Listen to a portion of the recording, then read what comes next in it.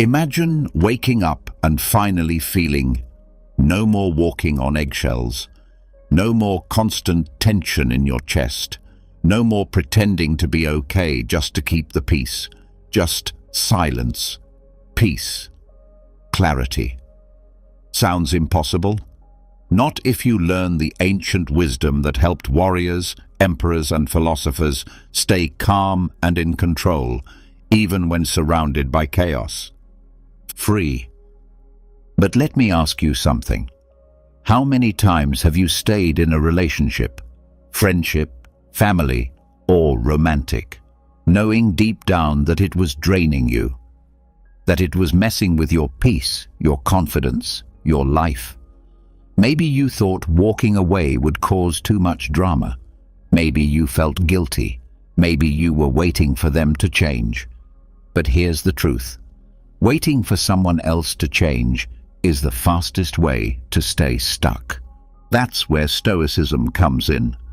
The Stoics didn't waste time arguing, proving points, or begging people to respect them. They simply disengaged, quietly, powerfully, with full control over their emotions. Today, you're going to discover how to cut off toxic people without shouting, crying, or explaining yourself 100 times. No drama, no guilt, just strength, peace, and wisdom. These aren't just emotional survival tips. They're tested tools built to help you take your power back while staying calm, rational, and focused on what you can control. So get ready, because after this guide, you'll never handle toxic people the same way again. Before we begin, I want you to make a commitment to yourself. Write in the comments, "I choose peace." You're not just typing words, you're giving your mind a new direction. Say it, believe it, and let's begin. Most people think walking away means slamming a door, deleting a number, or cutting someone off from your life. But the real ending doesn't start there. It starts long before that moment. It starts in your mind, in silence, where no one else can see, where the real battles take place. That inner shift, the one no one notices, is the beginning of true freedom. It's the quiet decision that says, I no longer give this person the power to affect how I feel. That's the real goodbye. And that's where the Stoic path begins. Now, before you leave someone physically, you must first leave them mentally. You must withdraw your emotions like waves pulling back from the shore, calmly, quietly, but fully. This process is not cold, and it is not cruel. In fact, it is one of the most respectful things you can do, for yourself and even for the other person. Because staying emotionally involved when your peace is already gone only creates more pain, more confusion, more drama. Stoicism teaches us that the only thing we truly control is our own mind. And when you master that, no one can drag you into chaos unless you let them. When a toxic relationship pulls you in again and again, it's not just about their words or their actions. It's about your reaction. It's about the space they still occupy inside your thoughts. The conversations you keep replaying, the guilt you keep holding, the false hope that maybe, just maybe, things will change. But holding on emotionally keeps you trapped, even if you're physically apart. And walking away without emotional detachment, that's not freedom. It's just distance filled with tension. So the first step is stillness. Not action, not confrontation, just stillness. That stillness begins with recognizing the thoughts that pull you back into their world. The ones that whisper, maybe I misunderstood them, or what if I'm the problem? Or maybe they didn't mean it. These thoughts are not clarity. They are noise. Your mind is trying to justify your emotional attachment because it is afraid of loss. But what you are really afraid of is discomfort, not the person themselves. This is why Stoics practiced observation of thought. Marcus Aurelius, the Roman emperor and philosopher, wrote in his journal every day not to sound wise to others, but to examine his mind, to see what emotions ruled him, to challenge his own thinking. And that's what you must begin to do. Watch your mind. Notice the way it reacts to memories, messages, silence, or even the fear of letting go. Emotional withdrawal is not about pretending.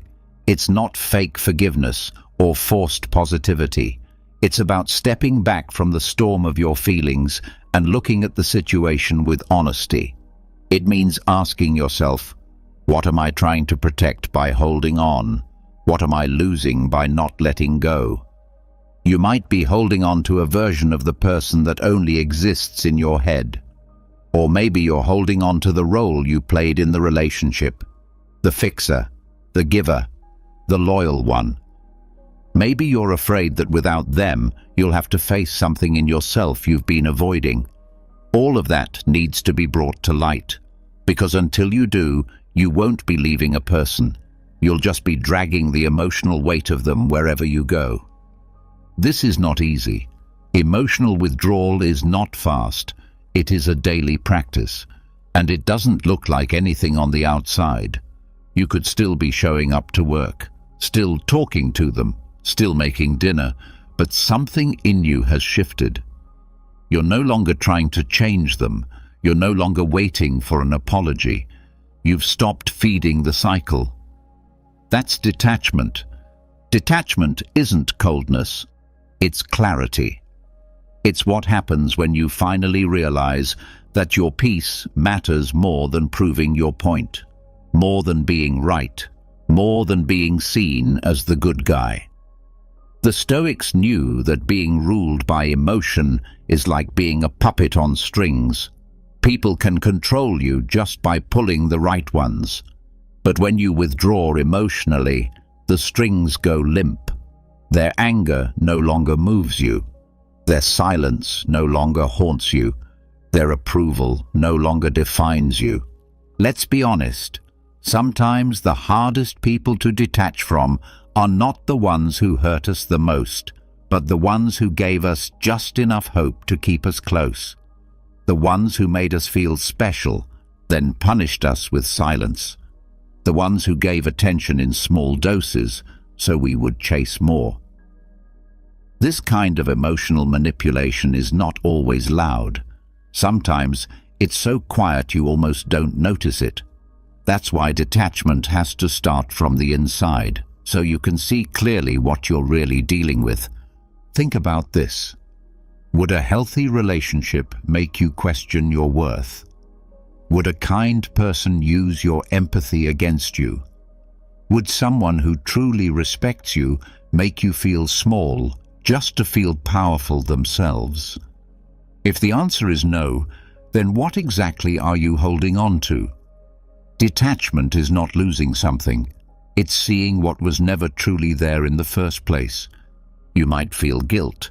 That's normal, especially if you've been conditioned to believe that setting boundaries makes you selfish, or that staying in difficult relationships is a sign of loyalty.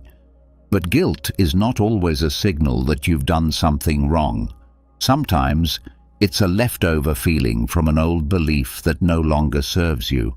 The Stoics called this external opinion, the ideas society pushes on us that cloud our reason. And Epictetus, one of the greatest Stoic teachers, reminded us that our job is to focus only on what is up to us. Other people's judgments, not our concern. So let go of the guilt. Let go of the need to explain yourself to people who aren't trying to understand you. Let go of the fantasy that if you just try harder, things will get better. You're not giving up, you're choosing peace. And that is strength, not weakness.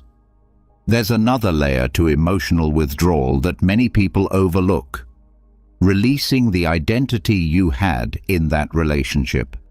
Sometimes we become so attached to who we were with that person, supportive, patient, self-sacrificing, that we don't know who we are without them. That's why detachment is also an identity shift. It's reclaiming the parts of you that got buried. It's stepping out of a role and becoming a full person again. You begin to ask different questions. What do I want for myself? What brings me joy? What kind of relationships actually nourish me? These questions are not selfish. They are necessary. Because if you don't define your values, your peace, your limits, someone else will. And here's the truth. The mind clings when it hasn't been trained to let go. Stoics trained daily. They practiced discomfort on purpose. They imagined loss, not to suffer, but to be ready. This practice, called premeditatio malorum, was their way of saying, if this happens, I will not fall apart. You can do the same. Start with simple things. Every time your mind wants to replay the past, gently bring it back to the present. Every time you feel the urge to reach out for closure, remind yourself that closure is not a conversation, it's a decision. Every time guilt tries to pull you back, ask, is this feeling based on reason or fear? Day by day, thought by thought, you become less reactive. And one day you wake up and realize you're no longer waiting for their message. You're no longer holding your breath in their presence. You're no longer shaping your day around their moods. That's the sign. That's when you know the mind has withdrawn. You are free. And when that happens, when your peace no longer depends on how they treat you, that's when you're finally ready to leave. Because now, your departure is not an escape. It's a conscious step towards something better. You're not running, you're releasing. Not out of anger, not out of pain, but out of clarity. You don't need a dramatic exit. You don't need to explain yourself 20 times. You don't need to make sure they understand why you're leaving. That's ego, and ego is loud. Detachment is quiet. You're not trying to win, you're trying to live. And that requires peace. So the next time someone tells you to just walk away, remember this. The body follows the mind. If you haven't detached emotionally, you're still holding on, even if your back is turned. And if you have withdrawn the mind, the rest becomes simple. Not easy, but simple. This is not a technique. It's a way of life, a practice of presence, clarity, and calm. You train your mind like a Stoic, not to feel less, but to feel right. To stop being pulled by chaos and start being anchored in your own reason. No yelling, no drama, just you reclaiming your peace, quietly, powerfully. And when you master this first step, when you truly withdraw the mind, you'll find that the rest doesn't need to be forced. You'll know when to go. And more importantly, you'll know how to stay gone, not in bitterness, not in fear, but in peace. Because in the end, that's what the Stoic path is all about. Not reacting to life, but responding with wisdom. And when you do that, no toxic person can hold power over you again. Sometimes the most powerful choice is the one you make in silence.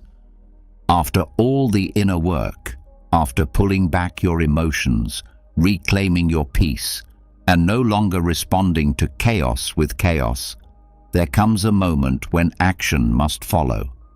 But not the loud, dramatic kind that the world often expects. Not the kind that's filled with final speeches, slammed doors, or long explanations. The Stoic path teaches something much quieter, much deeper, and far more effective. Departure without noise. The truth is, most people don't leave. They perform their exit. They need others to witness it, to validate it, to agree with it. They look for an audience to prove they were right, or a confrontation to make the other person see their worth. But here's the problem. If you need someone to see you leave in order to feel at peace, you're still tied to their reaction. You're still seeking closure through their approval. And that's not freedom. It's another kind of dependence. When you've truly detached within, you don't leave with a bang. You leave with a breath, quietly, intentionally, without needing to be seen or heard. That's not weakness, it's maturity. Because the person who no longer needs attention to validate their choices is someone who has reached a level of strength that chaos cannot reach. Leaving quietly does not mean avoiding. It means choosing your peace over performance. It means stepping away without making yourself a victim or a villain. It means understanding that the truth doesn't need to shout. It only needs to be lived. One of the reasons people struggle with quiet exits is because we've been taught that leaving without a fight means you were never serious. That silence means you didn't care. But this belief is based on drama, not wisdom. It is possible to care deeply and still walk away without noise. The Stoics showed us that virtue is not measured by volume, but by clarity. A calm mind is not a passive one, it's a powerful one. It acts when necessary, but never from a place of emotional instability. To walk away without seeking validation is to recognize that your decision does not need applause. It only needs to align with your values. When you are grounded in reason, you no longer need others to understand your choice in order to feel justified. Their confusion is not your responsibility. Their disagreement is not your burden. You know what you know, and that's enough. This kind of departure is especially difficult when there are loose ends, when things feel unfinished, when the other person never gave you the apology you wanted, when conversations still echo in your head, pulling at your need for resolution. But the Stoic way is not about tying every emotional thread into a perfect bow. It is about choosing to move forward even when things remain messy. Life is not a script. Sometimes the cleanest break is the one that doesn't look clean from the outside. You may find yourself tempted to explain one last time, to send that final message, to write that letter saying everything you've held back. And yes, it might feel good for a moment. But if you need someone else to finally get it in order to leave with peace, then your peace is still in their hands. The need to explain is often just another form of attachment. You're not communicating for clarity, you're fishing for validation. Quiet departure requires that you sit with the discomfort of not being understood, that you walk away with questions still hanging in the air, that you resist the urge to defend your name, your choices, or your truth. Because real peace doesn't come from others agreeing with your story. It comes from knowing you're living it with integrity. The Stoics didn't make decisions based on reputation. They didn't ask, "How will this look?" They asked, "Is this aligned with virtue?" And if the answer was yes, they moved, quietly, cleanly, without turning it into a performance. You don't owe anyone a dramatic ending just because the story was painful. Pain doesn't demand noise. In fact, it often demands the opposite, stillness. So, the healing can begin. This kind of exit also challenges the ego. The ego wants to be seen leaving. It wants the other person to notice, to regret, to chase. But the moment you do something for that reason, your action becomes reactive again. You're no longer leaving from a place of truth, but from a place of need. And the moment you need someone to respond in a certain way in order for you to feel strong, you've given away your power again. So what does a quiet departure look like? It looks like not replying when the conversation no longer respects your time or values. It looks like no longer trying to fix the unfixable. It looks like blocking someone without the need to tell them why. It looks like reducing contact, not to punish them, but to protect your peace. It looks like choosing silence over long debates, peace over proving, distance over drama. But none of that means you don't care. In fact, it often means you care deeply, just not at the cost of your own well-being. And when you make that choice quietly, you reclaim something more valuable than any reaction you could have gotten. You reclaim your inner authority. Leaving without noise also allows the other person to face their own silence. Sometimes, the greatest mirror we can hold up to someone is our absence. Not to hurt them, not to shame them, but to let them face their own behavior without us constantly responding, explaining, or absorbing the consequences of their actions. Silence does what words never can. It reveals truth. This doesn't mean you have to disappear suddenly or ghost someone without context, unless that's what's needed for your safety or peace. It simply means that once the decision is made, you stop engaging in cycles that go nowhere. You stop revisiting the same conversations. You stop giving your energy to what has already shown you it will not change. And here's something most people miss. Leaving quietly doesn't mean you're emotionless. It means you've already gone through the emotions. You've already felt the sadness, the confusion, the disappointment. But you've processed those feelings within, not projected them outward.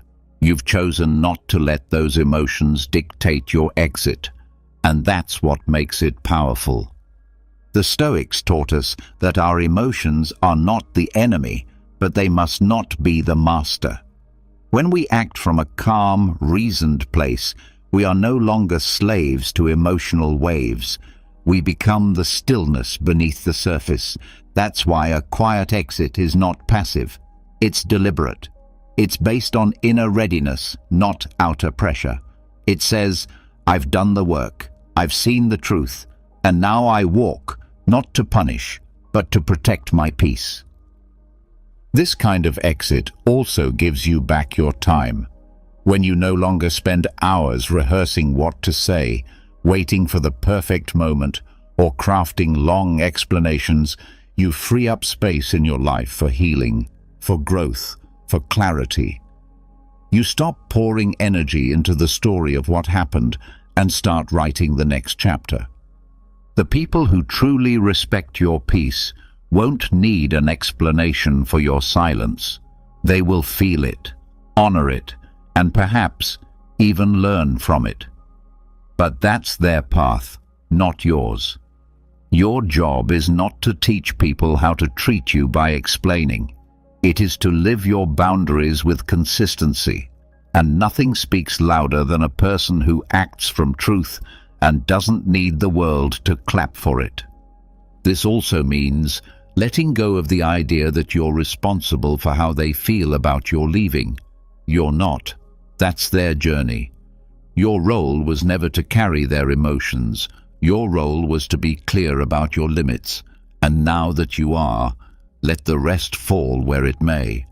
Quiet departure is about completion. Internally, the chapter is closed. There's no need for dramatic punctuation marks. The story has ended. And because you've ended it with grace, not rage, you carry less emotional weight into what comes next. Many people think strength is in confrontation, but often it takes far more strength to walk away without it. To say nothing, not because you're afraid, but because you're finished, because you're at peace with your decision, and because you've realized that continuing to argue for your truth to be accepted by someone who never wanted to understand it is a waste of your life force. You are not leaving to win. You are leaving to be free. And freedom, real freedom, is quiet. It moves without announcement. It arrives without noise. It doesn't need to prove anything to anyone. It simply is. So let that be your practice, not just in relationships, but in every part of your life. When something no longer aligns with your values, when a connection consistently robs you of clarity, when staying costs you your peace, let your departure be steady, not reactive. Let it be rooted in reason, not revenge. Because when you leave without needing to be seen, you have already become someone who no longer seeks permission to live in peace. And that, in itself, is liberation. Walking away quietly is a sign of strength. But even after we've stepped back, even after the noise fades and the conversations stop, there's something deeper that tries to hold us in place. It's not always the person we're leaving. It's the feeling of familiarity, the habit of having them in our lives, the comfort in the chaos we've learned to tolerate. And that's where the real challenge begins. This part is harder to notice because it hides beneath reason. It sounds like loyalty. It feels like commitment. But in truth, it's something else entirely. Attachment. And not the kind rooted in love or values, but the kind born from repetition, from routine, from a version of comfort that keeps us stuck. We get used to things. It's human nature. Even when something hurts, it can still feel safe if we've known it long enough. That's the trick of toxic attachment. It disguises itself as care, as patience, as devotion. But it's not any of those. It's just a pattern that hasn't been broken yet. The Stoics were not against love or connection. In fact, they deeply valued relationships that uplifted the soul and encouraged virtue. But they also warned against false loyalty, the kind that pulls us away from our highest self in the name of duty or obligation. To a Stoic, true loyalty is not to people or feelings, it's to reason, to virtue, to inner peace. One of the most dangerous illusions we fall into is believing that staying is proof of strength, that endurance in and of itself is noble, but endurance without direction is just stagnation.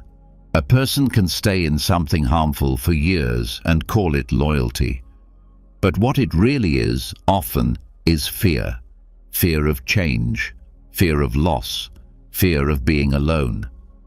We build identities around the roles we play in relationships. The helper, the forgiver, the one who holds everything together. And when you try to walk away from the relationship, you're not just leaving a person. You're being asked to let go of the identity you built within it. That can feel like tearing down a part of yourself. That's why it's so hard. That's why you question yourself even when you know it's time to leave. Habit is powerful. The mind, when left unchecked, repeats what's familiar. It doesn't ask if it's good for you. It just remembers what it has done before and defaults to it again. That's why we reach for our phones when we're anxious, why we go back to people who have let us down, why we explain ourselves to those who have never tried to understand. It's not logic, it's repetition. To change this, you have to interrupt the pattern. You have to pause and ask yourself, is this action aligned with the person I want to become? Not just how it feels in the moment, but whether it builds the life you truly want. This is what the Stoics trained themselves to do. Step back from their immediate emotions and observe. Question. Reflect. Only then act. Toxic attachment is not always loud or obvious. Sometimes it's the quiet discomfort you feel when they don't message you back. Sometimes it's the anxiety that shows up even after you've left. Sometimes it's the belief that without this person, your life loses meaning. But all of those feelings are signals that your identity has gotten tied up in something unstable. To untangle yourself, you have to reconnect with what's real. The Stoics believed in living according to nature, and part of that means honoring truth, especially the uncomfortable kind. If a relationship requires you to ignore your needs, suppress your values, or constantly abandon your boundaries, then it doesn't deserve the title of loyalty. It's just emotional dependency with a noble label. We often confuse history with compatibility. Just because someone has been part of your life for years doesn't mean they should be part of your future. Time spent is not proof of alignment. It's just proof that something lasted. And lasting isn't the same as thriving. Lasting can mean survival, not health. Don't let years together blind you to how much of yourself you've lost in the process. Attachment that's built on fear will always ask you to shrink. It will demand that you give more, explain more, stay longer. It will whisper that leaving makes you cold, that letting go means failure. But that's not truth. That's conditioning. And the only way to break conditioning is through clarity. Clarity comes when you stop asking how things feel and start asking what they are. Feelings are real, but they are not always right. You can love someone and still know they're wrong for you. You can miss someone and still be better without them.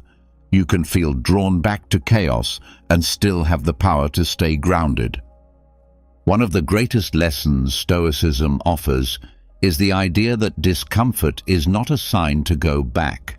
It's often a sign to move forward, because growth feels unfamiliar. Breaking attachment hurts, but that doesn't mean it's wrong. It means you're stepping out of something that no longer serves your well-being. When you feel yourself slipping into old patterns, take a breath and ask, am I acting from habit or from principle? That question alone can cut through the fog. Because once you start choosing based on virtue instead of emotion, your whole life changes. It's not about removing all emotion. Stoicism doesn't teach you to become numb. It teaches you to become wise. To hold your feelings in one hand and your values in the other, and to choose the path that keeps your soul intact. Not the one that feels safe in the moment, but the one that builds the life you won't regret later. Another layer of toxic attachment is the belief that your loyalty can fix what's broken. That if you just love harder, they will change. That if you keep showing up, they'll finally see your worth. But this is not love, it's bargaining. It's sacrificing your peace for someone else's potential. The Stoics warned against this trap. They believed in focusing on what is, not what might be. To truly free yourself, you must stop loving people for who they could become and start seeing them for who they are now. You must stop rewriting reality to fit your hope. Hope, when disconnected from truth, becomes a prison. Toxic attachment also thrives in the space of unspoken expectations. You do more, hoping it will be returned. You stay silent, hoping they'll notice. But when you act from a place of silent negotiation, you turn your life into a guessing game. The Stoics rejected that. They believed in clarity, in speaking honestly, in setting expectations based on virtue, not wishful thinking. If someone cannot meet you at that level, it's not your job to lower the bar, it's your cue to step back.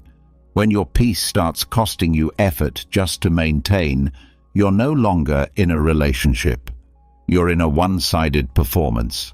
And that is not loyalty, it's self-betrayal. True loyalty has a direction. It points toward growth, not survival. It supports mutual respect, not emotional dependence. If you find yourself in a place where staying means you must abandon your truth, you are not being loyal, you are being conditioned.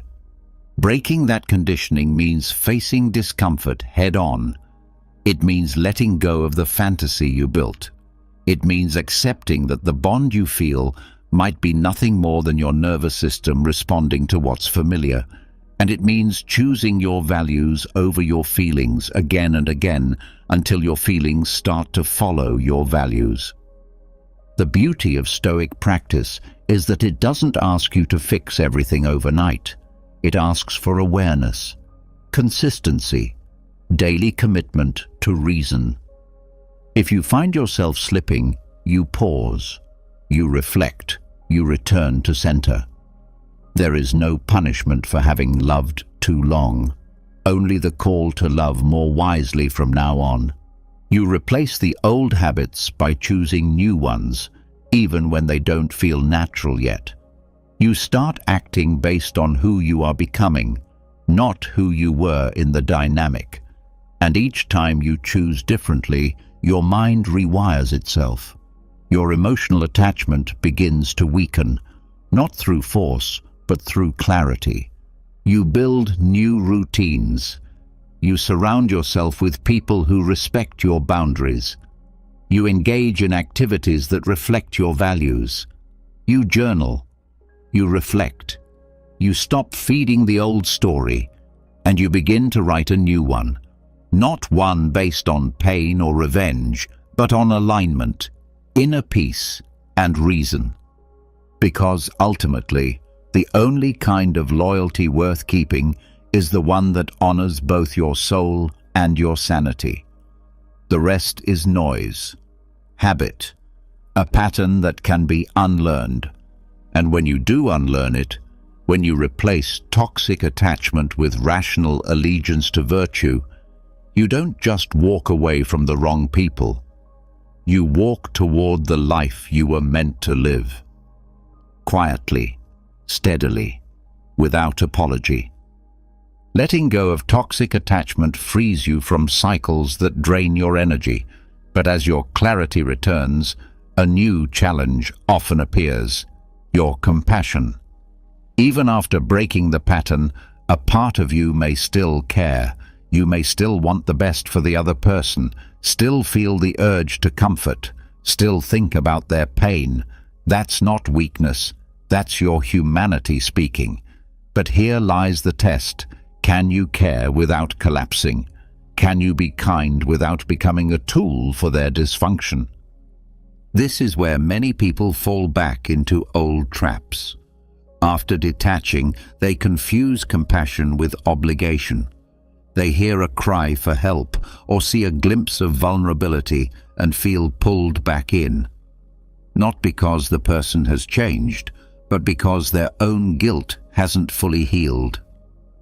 The desire to do good becomes entangled with the fear of being cold. But compassion without boundaries is not virtue. It's self-abandonment in disguise. Stoicism teaches a kind of compassion that's both grounded and wise. It recognizes suffering in others, but does not make that suffering your responsibility to fix. It allows you to offer presence, but not at the cost of your values. It lets you feel love, but not become blind to patterns of harm. In other words, Stoic compassion does not ask you to trade your peace for another person's comfort. Empathy without wisdom leads to enabling. You may think you're helping by being available, by listening, by giving another chance. But if your kindness is allowing someone to avoid accountability, it's no longer compassion. It's participation. To truly help someone, you must be able to stand apart from their behavior long enough to see it clearly. This doesn't mean you stop caring. It means you stop sacrificing yourself for a version of love that never included your well-being. The Stoics reminded us that what matters is not how others act, but how you respond. Being kind doesn't mean allowing harm. Forgiveness doesn't mean returning to dysfunction. Understanding someone's pain does not mean excusing their choices. Too often, compassion becomes a trap when it's driven by ego. the part of you that wants to be seen as good, as generous, as needed. But this kind of self-image is fragile. It ties your worth to how others perceive your kindness.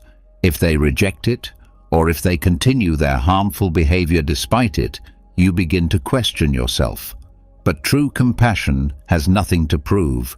It stands quietly, offers what is right, and lets go of what is not yours to carry. If someone is hurting and they reach out to you, not with a willingness to grow, but with a desire to pull you back into chaos, Stoic wisdom asks you to pause. You ask, is this compassion, or am I stepping back into a cycle that damages us both? That question alone can change everything, because it brings clarity to what you're really doing, helping or avoiding your own discomfort with their pain. Compassion can exist in silence. You do not need to respond to every cry. You do not need to rush in every time they fall. You do not need to offer your presence just because they ask. Sometimes the most loving thing you can do is to let someone sit with the consequences of their actions, not as punishment, but as a path to growth. If you rescue someone from every moment of discomfort, they never learn to stand. And if they never learn to stand, they will always need you to carry them. That dynamic may feel like love, but it's dependency. And dependency that is not mutual or healthy quickly turns into resentment on both sides. Stoic compassion respects both yourself and the other person. It trusts that each of us has a path, and that interfering too much can actually make that path longer. When you constantly make excuses for someone, when you smooth over the damage, when you protect them from the consequences of their own actions, you are not helping them grow, you're helping them stay the same. Kindness doesn't mean fixing. It means seeing someone clearly, offering what you can give, and stepping back when your presence begins to replace their own accountability. That's the line between empathy and enabling, and crossing that line, even with good intentions, leads to exhaustion, confusion, and self-neglect. Many people confuse being available with being loving. But love without limits is not noble, it's directionless. And directionless love, like a river without banks, only spreads until it loses power. Stoic love is different. It flows within the shape of principle. It does not dissolve itself to avoid discomfort. You can care about someone's suffering without absorbing it. You can wish someone healing without offering your life as the solution. You can forgive someone and still keep your distance. These are not contradictions. They are signs of maturity. They show that your kindness is no longer reactive. It's conscious, intentional. And if the other person accuses you of being selfish for not sacrificing yourself again, it is not your job to convince them otherwise. People who benefit from your lack of boundaries will always resent their return. Let them. Your peace is not up for debate. Your compassion does not need their approval. There is a strength in soft-hearted people who know when to stop, who love fiercely but not foolishly, who give without guilt, but also know when giving becomes damaging, who listen but no longer allow their kindness to be weaponized. This is not coldness, it's wisdom, a fire that warms without burning down the house. One of the hardest parts of this practice is recognizing when your empathy is being used against you. Manipulative people don't always come with red flags. They often come with stories, with needs, with just enough vulnerability to disarm you. They know how to lean on your compassion until you feel guilty for saying no. But the Stoics would tell you this: guilt is not proof of wrongdoing. Sometimes it's just an old reflex being challenged by new boundaries. If your compassion always comes with a cost, your sleep, your time, your emotional balance, it's not sustainable. And if it's not sustainable, it's not truly compassionate. Because compassion that destroys you will eventually turn into bitterness. And bitterness, even when justified, poisons your ability to show up in the world with openness. That's why Stoic compassion includes detachment. Not detachment from care, but from outcome.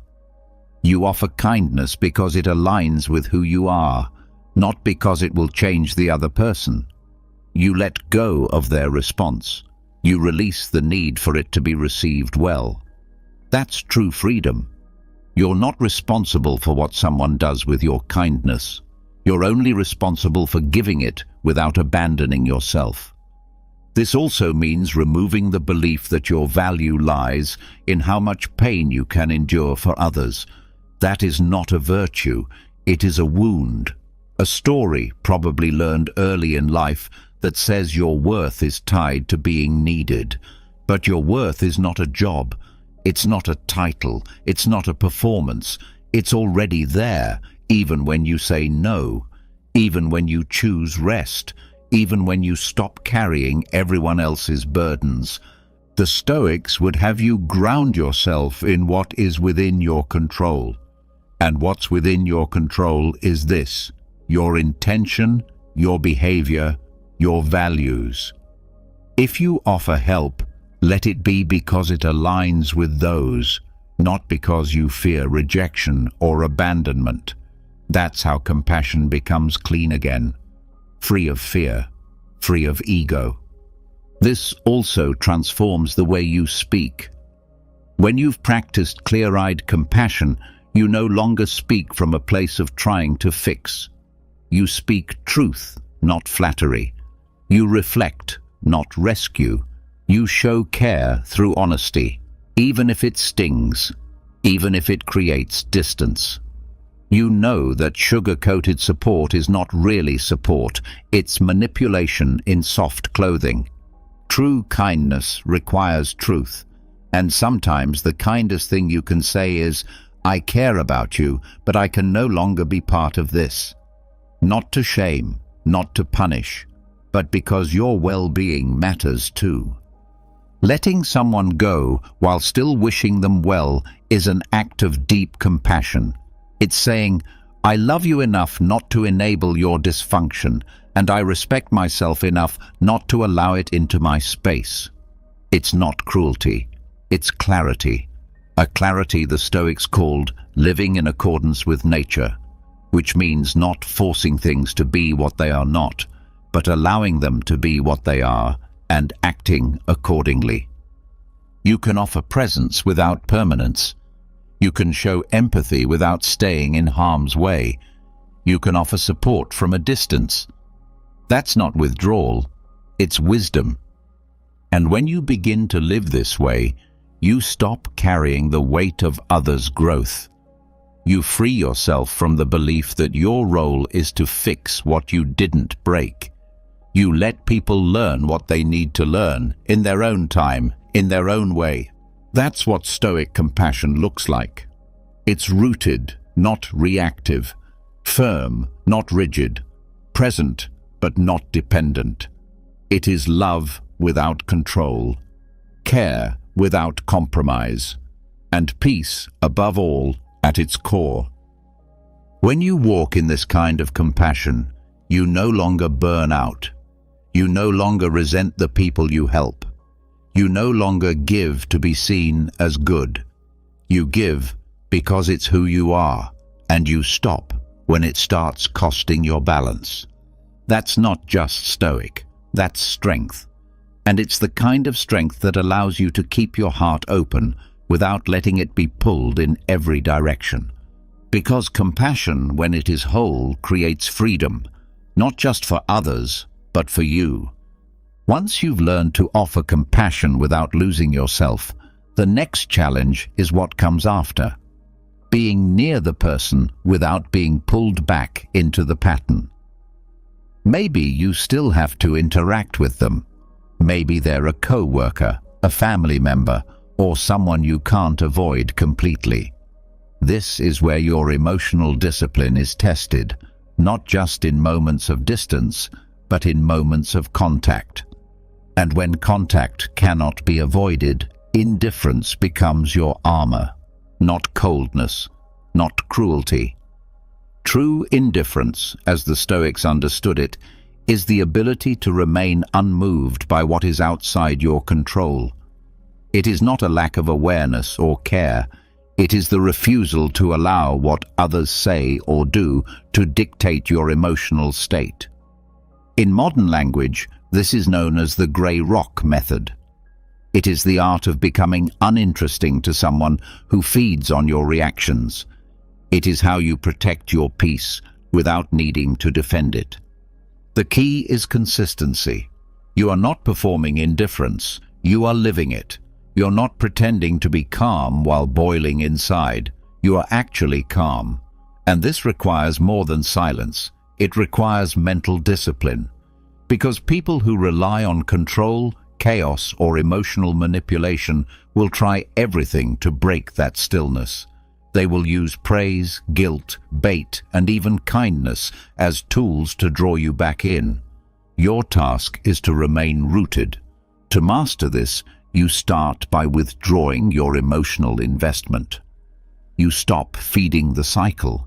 You stop chasing answers, proving your point, or expecting them to act with fairness. You release the idea that they will change because of something you do. Their behavior is not your project. Your peace is. Indifference is not passive. It's active control over what gets your attention and energy. You speak simply. You respond only when necessary.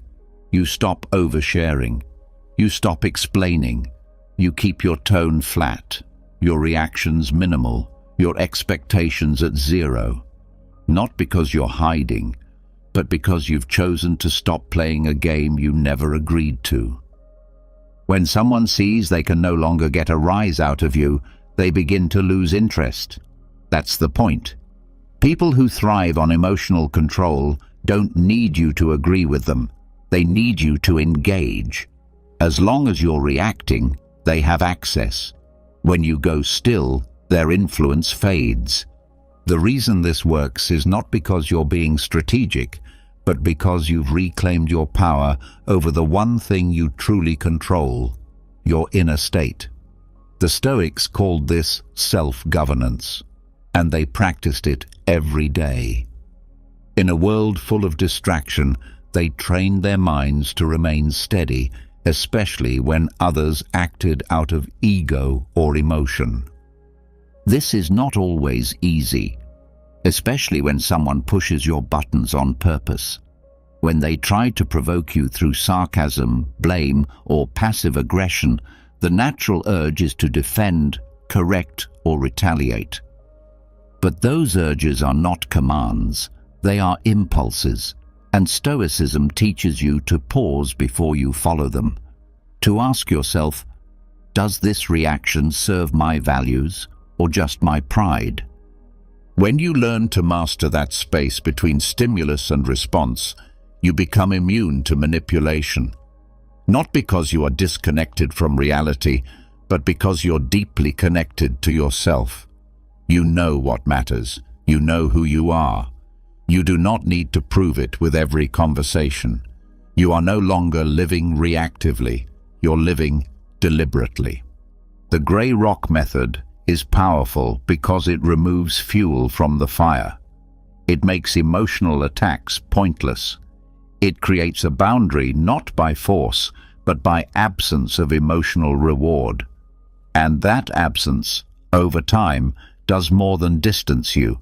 It protects your energy from further depletion.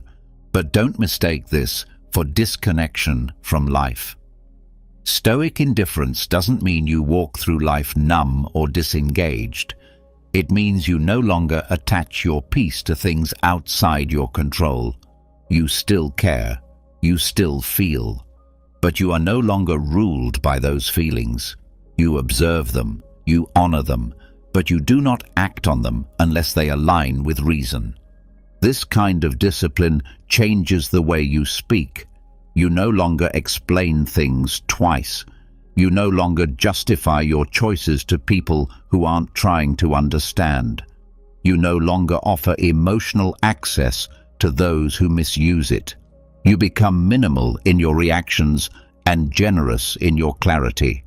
You also begin to notice how much of your past communication was driven by the need to be seen, heard, or validated.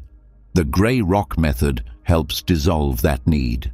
You begin to speak when it's necessary, not just when you're uncomfortable with silence. You begin to answer only the parts of questions that require answers. You stop filling emotional gaps in conversations just to avoid tension. This makes space for real connection elsewhere. When you stop giving energy to manipulation, you have more energy for people who value you. You no longer waste time on pointless emotional exchanges, and you begin to reclaim your attention for what matters: your work, your growth, your peace. A person who has mastered indifference doesn't appear distant. They appear composed. They radiate quiet strength. They listen without being pulled. They speak without needing reaction. They are harder to shake, not because they are hardened, but because they are anchored. And this anchor comes from within. You have to train it. It starts with awareness. The next time someone throws a verbal jab or tries to trigger you, pause. Feel the impulse rise. Feel the story your mind wants to tell. How unfair this is. How much they're wrong. Then ask yourself, is this where I want to place my energy? And then, do nothing. Say less. Show less. Not to hurt, not to punish, just to protect the space between you and the storm. Let their words pass through the air like wind through branches. Let your response be your stillness. Over time, you'll see that people who once had power over your peace no longer do. You'll see how rare emotional control is in a reactive world, and you'll become someone who brings calm instead of chaos. That's how the Stoics lived, not in isolation, but in mastery of the self. Some will try harder to provoke you when they sense you're calm. They will misinterpret it as weakness or passivity, but that is their confusion to resolve. Your stillness does not require their understanding, and your restraint is not a sign of defeat. It's a sign that you've stopped being ruled by noise. The grey rock method is not just for survival, it's for liberation. It allows you to move through difficult spaces without losing yourself, to engage when necessary, but not be emotionally drawn in, to remain present but unmoved. It's not about avoiding people, it's about protecting your soul. In practice, this looks like shortening conversations that go nowhere. It looks like no longer responding to bait. It looks like reducing contact, simplifying your tone, and walking away when the discussion becomes unproductive. It looks like peace, even in the middle of someone else's storm. And the more you live this way, the more your nervous system begins to trust you. Your body stops bracing for attack. Your mind stops racing for defense. You begin to rest in the knowledge that you are no longer at the mercy of anyone's chaos. You've stopped feeding it. You've stepped out. That's how you reclaim power, not by dominating others, but by refusing to be dominated by your own reactions. And when you reach that place, you don't need to prove your boundaries. You become them. There's a unique kind of freedom in being unshakable, not in a hardened, disconnected way, but in a steady, rooted way. You are still fully alive, still feeling, still caring. But nothing outside you owns your emotional life anymore. That's not just strength, that's Stoic strength. You begin to feel it in conversations. You no longer feel the urge to interrupt, to correct, to convince. You let others have their thoughts without needing to adjust them. You let silence stretch, not as a threat, but as a sign of self-control. You let drama collapse on its own from lack of attention. This discipline does not come overnight. It takes practice. You will slip, you will react. But the goal is not perfection, it's awareness. With each pause, each moment of stillness, each act of non-engagement, you build a stronger foundation inside yourself. Eventually, that foundation becomes the home you live in, a place of calm, clarity, and dignity. And no matter what chaos knocks at your door, you meet it with quiet strength. Not because it cannot touch you, but because you no longer need to respond to be free. Mastering indifference teaches you to stop feeding the fire. But what happens when the fire changes form? When it doesn't come at you with aggression, but arrives dressed in sweetness or subtle remarks meant to pull you back in? This is where manipulation evolves, where control hides beneath compliments, half-truths, or carefully aimed words designed to provoke, guilt, or confuse.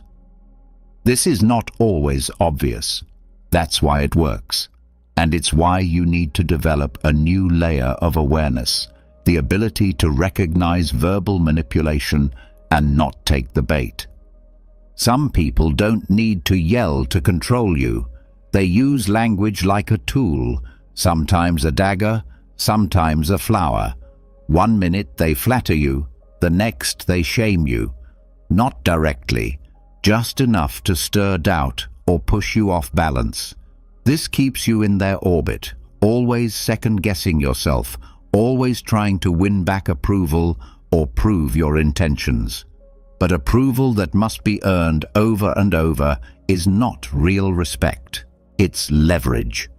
Verbal manipulation often shows up when emotional control is no longer working.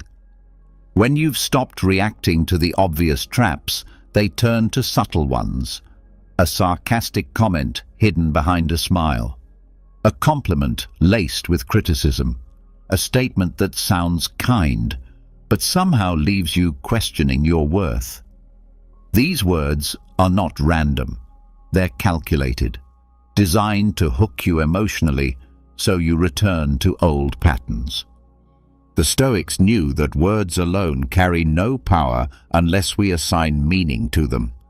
Epictetus taught that it's not events themselves that disturb us, but our judgments about them. The same is true with speech. An insult is not pain, it's air and sound. A compliment is not truth, it's an opinion. Both become powerful only when you react. If someone says, "You've changed," and it's said with disappointment, your mind may immediately start searching for guilt. But pause. Ask yourself, is change a flaw or a step forward? What are they really trying to say?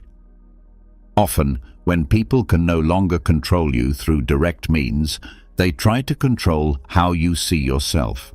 They place subtle doubts into your mind and let you do the rest of the damage internally. That's why the antidote is detachment, not confrontation. You don't need to correct every remark. You don't need to prove you're misunderstood. You need to see the tactic clearly and refuse to make it personal. Verbal manipulation only works if it meets a sensitive spot inside you.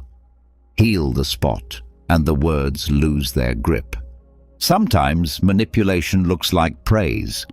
This confuses many people, but not all praise is sincere. Some compliments are transactional, offered to gain something in return. Some are exaggerated, meant to place you on a pedestal so that the same person can knock you down later. Some are designed to soften you right before a demand. If you're not grounded in self-worth, praise can become just as dangerous as criticism. It lifts you with one hand and leaves you exposed to the next blow. True praise uplifts without a hook. It's not wrapped in expectation or followed by pressure. It feels stable, not urgent. If someone uses flattery to gain your loyalty, they are not offering kindness. They are offering bait. And once you bite, you may find yourself giving more than you should out of a sense of obligation or misplaced gratitude. You don't have to reject all praise, but you do have to weigh it with clarity. Ask, does this compliment align with what I know to be true about myself? Is this being used to push me into something I'm uncomfortable with? Am I being praised for who I am or for how useful I am to them? The same clarity is needed when dealing with guilt trips disguised as care. Sentences like, "After all I've done for you," or "You're not the person I used to know," are not neutral. They are crafted to stir discomfort and make you question your boundaries. But healthy relationships don't demand repayment for love or understanding. They don't use the past as a weapon to shame you for growing. To deal with this, you must learn to see communication for what it does, not just what it says. Focus on impact, not intent. Manipulators often hide behind good intentions. "I was just joking. I didn't mean it that way. You're too sensitive." But when a pattern repeats, when your peace is consistently disturbed by someone's words, that's no longer about misinterpretation. It's about control. The Stoics practiced clarity of judgment. They separated what belongs to the outer world from what belongs to their inner state. You must do the same with language. You can't stop people from speaking, but you can stop giving their words authority over you. You can hear something, assess its truth, and move on, without internalizing it or defending yourself. One of the most powerful things you can say to manipulation is nothing. Silence breaks the cycle. When you don't react to bait, it loses value. When someone throws an insult and you don't respond, you're not losing a battle. You're refusing to fight one that was never worth your time. That's not weakness. It's a high form of self-respect. At first, this may feel unnatural. If you're used to defending yourself, explaining your point of view, or proving your intentions, silence feels like surrender. But it's not. It's space. Space for your mind to stay calm. Space for truth to rise above performance. Space where manipulation has nowhere to grow.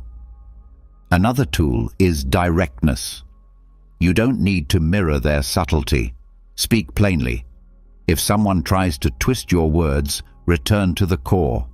"I don't feel comfortable with this conversation. I'm not going to explain myself again." That comment isn't helpful. Short, clear statements. No emotional decoration. No long justification. Verbal manipulation depends on confusion. It feeds on emotional fog. Your role is to bring clarity, not to please. And clarity doesn't always feel nice. It can disappoint others, but disappointment is not danger. It's just the sound of someone meeting a boundary they didn't expect. In this process, you also have to unlearn the need to be liked. This is difficult, especially if you've spent years adapting yourself to stay in people's favor. But the desire to be liked is often the doorway through which manipulation enters. When you're too concerned with being seen as nice, agreeable, or forgiving, you will accept words that cut you just to maintain peace. But that's not peace, it's performance. The Stoics aimed for self-respect, not approval. They trained their minds to focus on living rightly, not on being liked. You can do the same. When someone speaks to you in a way that feels manipulative, ask, "If I had no fear of losing this person's approval, how would I respond?" That answer will often guide you to truth.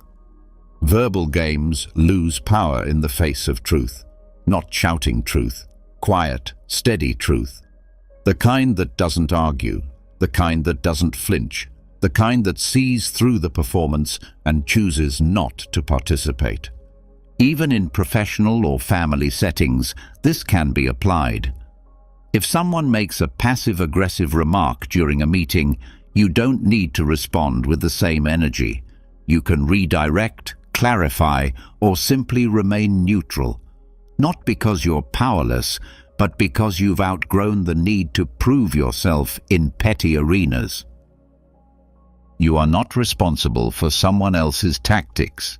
You are responsible for how long you keep handing them the script. Stop giving people the words they use against you. Stop filling silence just to avoid discomfort. Let space speak. Let stillness show you what's real. And if you've been manipulated through language before, release the shame. You are not weak for having believed kind words that turned into control. You were simply doing your best with the awareness you had. Now you have more. Now you see. And that's power. As you move forward, train your mind to see through both insult and praise. Not with suspicion, but with discernment. Insults are not identity. Compliments are not contracts. Both are opinions, and opinions are external, adiaphora. Neither good nor bad unless you let them define you.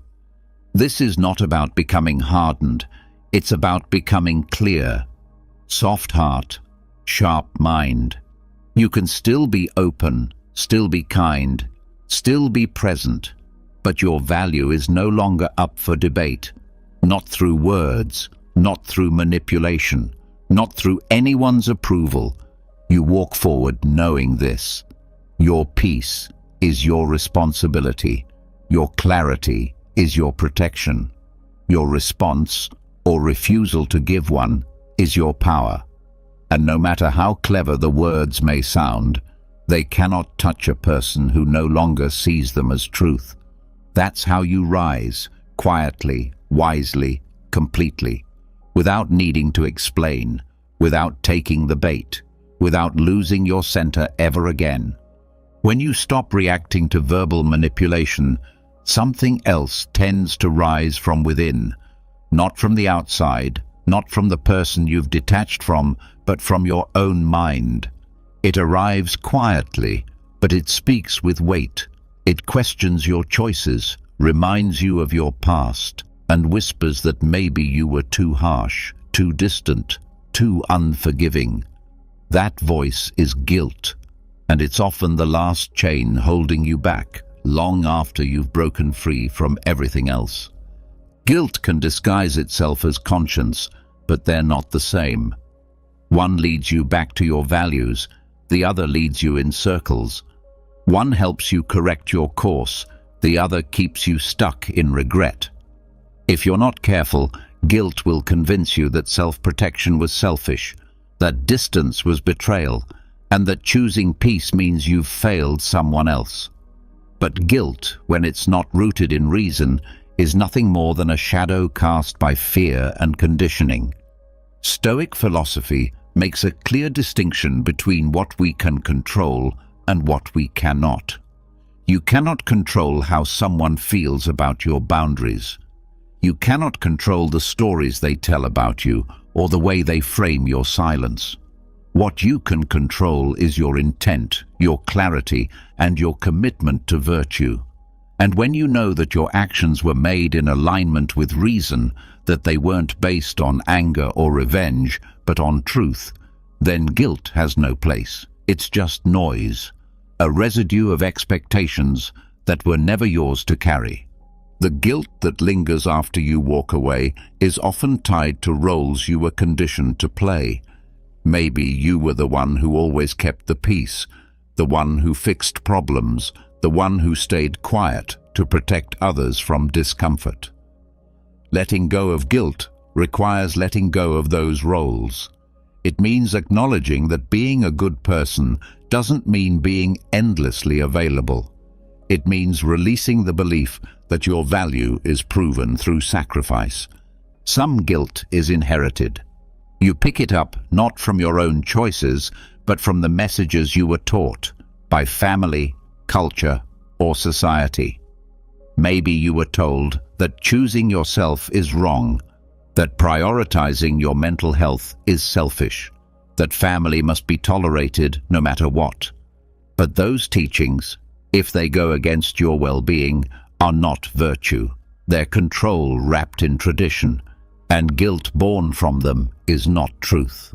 It's programming. To truly live without guilt, you must examine what it's rooted in. Is it based on a violation of your own values, or just discomfort with someone else's disappointment? Did you do harm, or did you simply stop allowing harm to continue? Were you cruel, or were you finally honest? These questions matter because guilt is only useful if it reflects misalignment with your inner code, not with someone else's demands. If you acted out of impulse, out of reaction, out of fear, then correction may be needed. But if you acted from clarity, if you walked away from dysfunction, if you set limits to preserve your peace, then guilt has no voice in your life. It's not your job to feel bad for protecting your spirit. One powerful practice the Stoics used was the nightly review. They would reflect not with shame, but with honesty. Not to punish themselves, but to examine whether their actions aligned with their values. This is how guilt becomes guidance. You ask, did I live with courage? Did I act with justice? Was I governed by reason? If the answer is yes, then no opinion, no accusation, no disappointment from others can take away your peace. Guilt also thrives in silence, when you don't speak your truth, when you avoid your reflection. But silence is not the same as clarity. To be free from guilt, you must be willing to face yourself fully, to see where you acted in fear and where you acted in strength, to name the difference, and to forgive the past, not because it didn't matter, but because you are no longer that person. Some people won't understand your growth. They will call it selfishness. They will call it betrayal. They will weaponize your absence to make you feel like you failed them. But their opinion is not your moral compass. Their disappointment is not your wrongdoing. You must remember, guilt cannot be the measure of your goodness. Alignment must be. Peace must be. Integrity must be. Letting go of guilt also means accepting that not all wounds will be healed by your presence. Sometimes you will walk away and others will remain hurt. That does not mean you caused the pain. Sometimes pain comes from the disruption of a pattern, not from cruelty, and your absence may highlight truths they didn't want to face. That's not your fault. That's part of their journey. You are not responsible for healing others at your own expense. That belief is often where guilt finds its home. But you cannot save anyone by losing yourself. You cannot teach growth by modeling collapse. You can only serve the world from a place of clarity and strength. And guilt, when it goes unchecked, weakens both. If you find guilt still speaking loudly, pause, write it down, ask it questions. What is it accusing you of? Whose voice does it sound like? What story is it trying to preserve? Then challenge it, not with denial, but with truth. The truth of who you are now, the truth of what you chose and why, the truth of how far you've come. Guilt often fades not by being pushed away, but by being fully understood. When you see that the feeling no longer reflects your present self, it begins to dissolve. When you stop feeding it with shame, it starves. When you live daily in alignment with what matters most, guilt has no room to grow. You may need to forgive yourself, not because you were wrong, but because you were still learning. Forgiveness is not always about apology. Sometimes it's about releasing the belief that you were supposed to know better before you knew better. Growth is not linear. Healing is not perfect. And clarity does not mean you'll never look back. But you don't have to carry every version of yourself forever. You don't have to hold on to every mistake like a chain. You're allowed to release the past. You're allowed to evolve. You're allowed to be free. Freedom from guilt doesn't come from forgetting what happened. It comes from facing it honestly and choosing not to let it define who you are today. It comes from giving yourself the same compassion you've given others. It comes from refusing to measure your worth by someone else's emotional reaction. Letting go of guilt is an act of courage, because guilt often gives us a false sense of control. It feels like if we hold on to it, we're still doing something about the pain. But in truth, guilt only repeats the pain. It doesn't resolve it. Letting it go means facing the fact that you cannot change the past. You can only live better now. This is what the Stoics meant when they said to live according to nature, to accept what is, to act with reason, and to release what cannot be changed. Guilt keeps you stuck in what cannot be changed. Reason moves you forward, and when you live by reason, not regret, you begin to trust yourself again. You stop asking others for permission to feel peace. You stop needing everyone to understand your journey. You stop apologizing for evolving. You start walking with quiet confidence, knowing that your path may not make sense to others, but it makes sense to your soul. That's where your strength comes from. Not from perfection, but from alignment. So let guilt go, not because you don't care, but because you do. Let it go, not because you've forgotten, but because you've learned. Let it go, not to erase your past, but to honor your present. And most of all, let it go so you can live from clarity, not confusion. From purpose, not punishment. From virtue, not the echoes of voices that no longer belong in your mind. That is the freedom the Stoics wrote about. That is the freedom you now claim. Quiet, clean, without apology, and entirely your own. Letting go of guilt allows you to breathe again, to stand up straighter, to walk with a clearer sense of what is yours to carry and what is not. But once that burden is gone, you're left with something even more important, the responsibility to look inward, to not just ask what others have done to you, but what you may have done to others. Not to invite shame, but to develop integrity. This part is easy to skip, especially after experiencing pain or betrayal. But if you stop your journey at the wrongdoing of others and never examine your own reflection, then healing is incomplete, and so is your freedom. It's not enough to distance yourself from people who lack virtue. You must also ask if you've upheld your own, not in theory, not in the version of yourself you wish you were, but in your words, your actions, your reactions. The Stoics were relentless in their self-inquiry. They did not obsess over being good in public. They obsessed over being honest in private. They understood that cutting someone off is not just about setting boundaries. It is also about setting standards. And that means asking difficult questions about yourself before pointing outward. Epictetus told us, "First say to yourself what you would be, and then do what you have to do." This is not just philosophy, it is instruction. You cannot become what you do not define. If your goal is peace, you must ask how you've contributed to conflict. If your aim is integrity, you must ask when you've traded it for comfort. If your hope is clarity, you must ask where you've been avoiding truth, especially with yourself. Self-examination doesn't mean blaming yourself for the actions of others. It means being courageous enough to see how you've shown up. Have you been consistent with your values? Have you reacted from emotion instead of principle? Have you held others to standards you didn't meet yourself? Have you used silence to manipulate or kindness to avoid hard conversations? When we ask these questions honestly, without the need to defend ourselves, we begin to develop the kind of character that doesn't just walk away from harm, it stops contributing to it.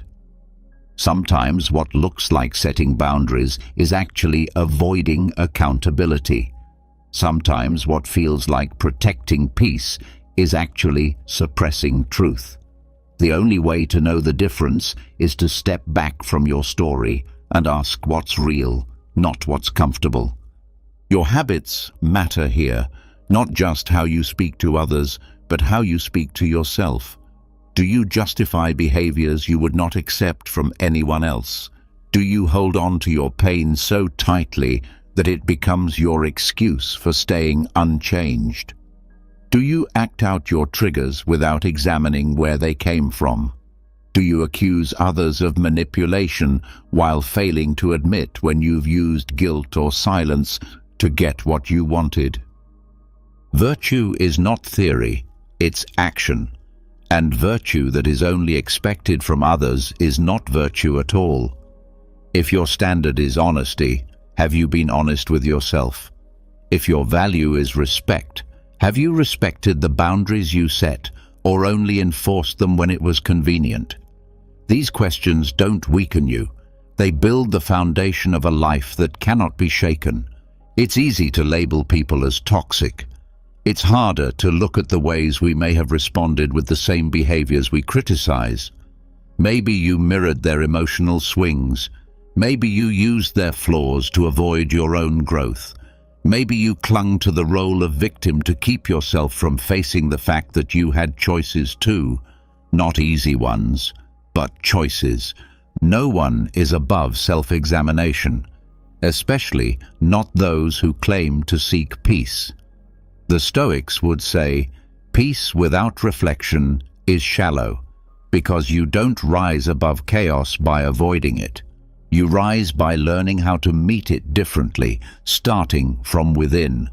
That's why they didn't just write about controlling the mind.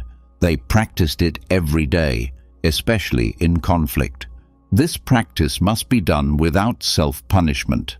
You're not doing it to break yourself down, but to rebuild with intention. There's a huge difference between guilt and responsibility. Guilt looks backward and asks, why did I do that? Responsibility looks forward and asks, what can I do differently next time? That is the path of virtue, not perfection, but progress. You also must ask yourself if your standards are clear or just reactions. Are your boundaries based on principle, or are they emotional walls built from fear? Have you cut people off from a place of calm clarity, or from impulsive hurt? Did you leave because the connection no longer honored your peace, or because your ego was bruised and wanted to feel powerful? Being hurt doesn't make you right. Being calm doesn't make you wise. Being distant doesn't make you virtuous. These are outcomes. What matters is the motive beneath them, and that's where self-inquiry becomes a discipline.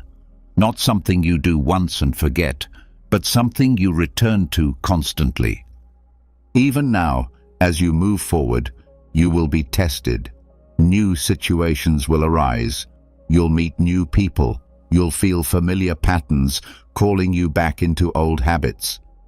This is why self-awareness is not optional, it's your compass.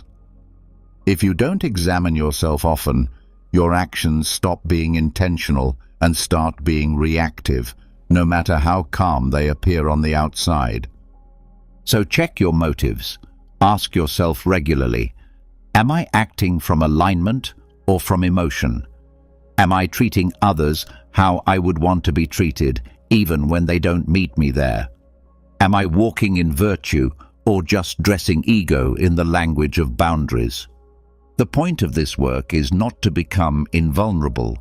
It's to become honest. So honest that you no longer fear what you'll find when you look inward. because you know that even if you uncover flaws, you have the courage to address them. You no longer need to be perfect, you only need to be true. This also changes how you view others. When you've examined yourself deeply, you stop needing to label people as villains. You understand that behavior often comes from pain, from unhealed fear, from patterns that go back years. That doesn't excuse it, but it does bring perspective. And perspective is what allows you to walk away with peace, not bitterness. It's not about letting people off the hook. It's about releasing the need to see yourself as entirely right and them as entirely wrong. That thinking keeps you locked in separation.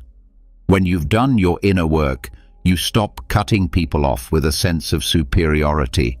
You start creating space with a sense of clarity. Because you're no longer running, you're choosing.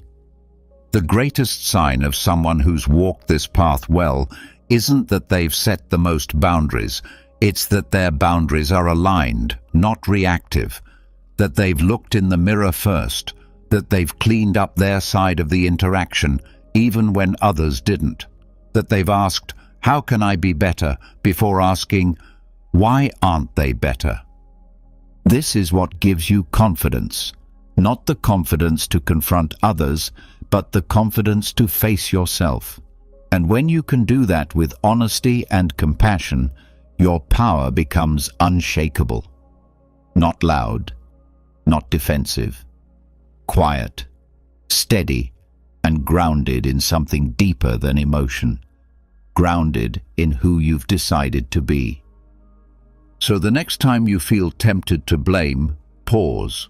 The next time you want to walk away from someone, ask, "Have I walked toward myself fully first?" The next time you set a boundary, ask, "Am I living by the same standard I expect?" That's how you stay aligned. That's how you stay clean in your choices, even when others are messy in theirs. And when your conscience is clear, not because you've never stumbled, but because you've faced yourself honestly, then you move through life differently. You speak with more purpose. You act with more restraint. You detach with more grace, because you know the difference between reaction and reason, between surface peace and deep virtue. That's what makes your healing real. Not that you've never been hurt, but that you didn't let your hurt become an excuse to stop growing.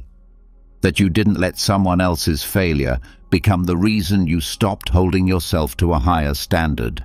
You became the kind of person you were hoping others would be, not because they were, but because you chose to be. And that choice is what defines the life you live from this point forward. Not the pain, not the past, not the people who never changed. Just you, aligned, accountable, and free. Once you've taken an honest look inward, facing your own part, owning your values, and refining how you show up, something fundamental shifts. You stop reacting blindly. You begin acting from principle.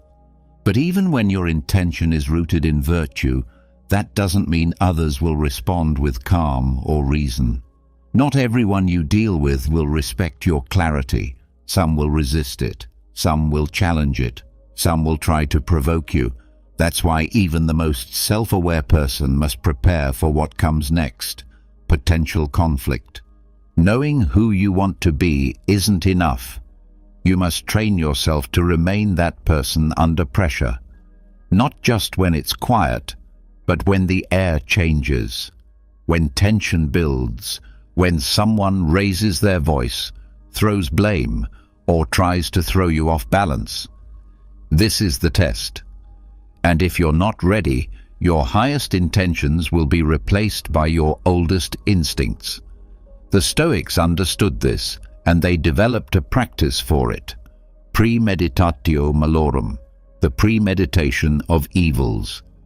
To put it simply, you prepare your mind by visualizing the worst that could happen, not to worry, but to train. You expect difficulty, not to live in fear, but to prevent surprise. Because surprise is often what causes people to lose their temper, to react without thinking, to betray their values. When you anticipate conflict, you gain the power to respond, not from emotion, but from principle. This does not mean you become cynical. It means you become ready. You expect that people may not agree with you. You expect that someone may misinterpret your silence, your boundary, your honesty. You expect that old dynamics may reappear. You expect that even with clarity, someone else may choose defensiveness or blame.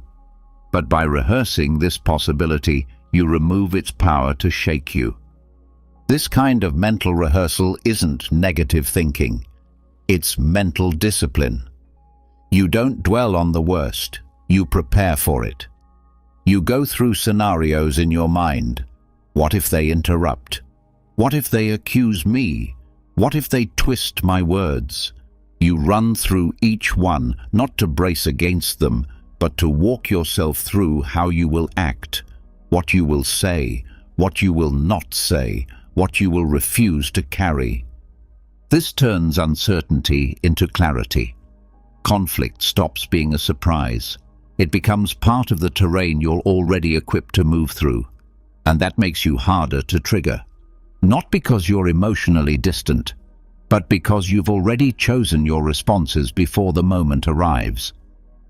The most common cause of regret during conflict isn't what someone else said, it's how you responded. The raised voice, the rushed words, the reaction you knew didn't reflect who you are. But in the moment, it overtook you. That's why mental rehearsal is so essential. It gives you space between stimulus and response. It slows things down. It gives you the power to stay grounded when everything else speeds up. This training also makes you more precise. You stop arguing out of habit. You stop over-explaining. You say what needs to be said clearly and without heat. You stay brief where others ramble. You become immune to bait. You stop trying to win.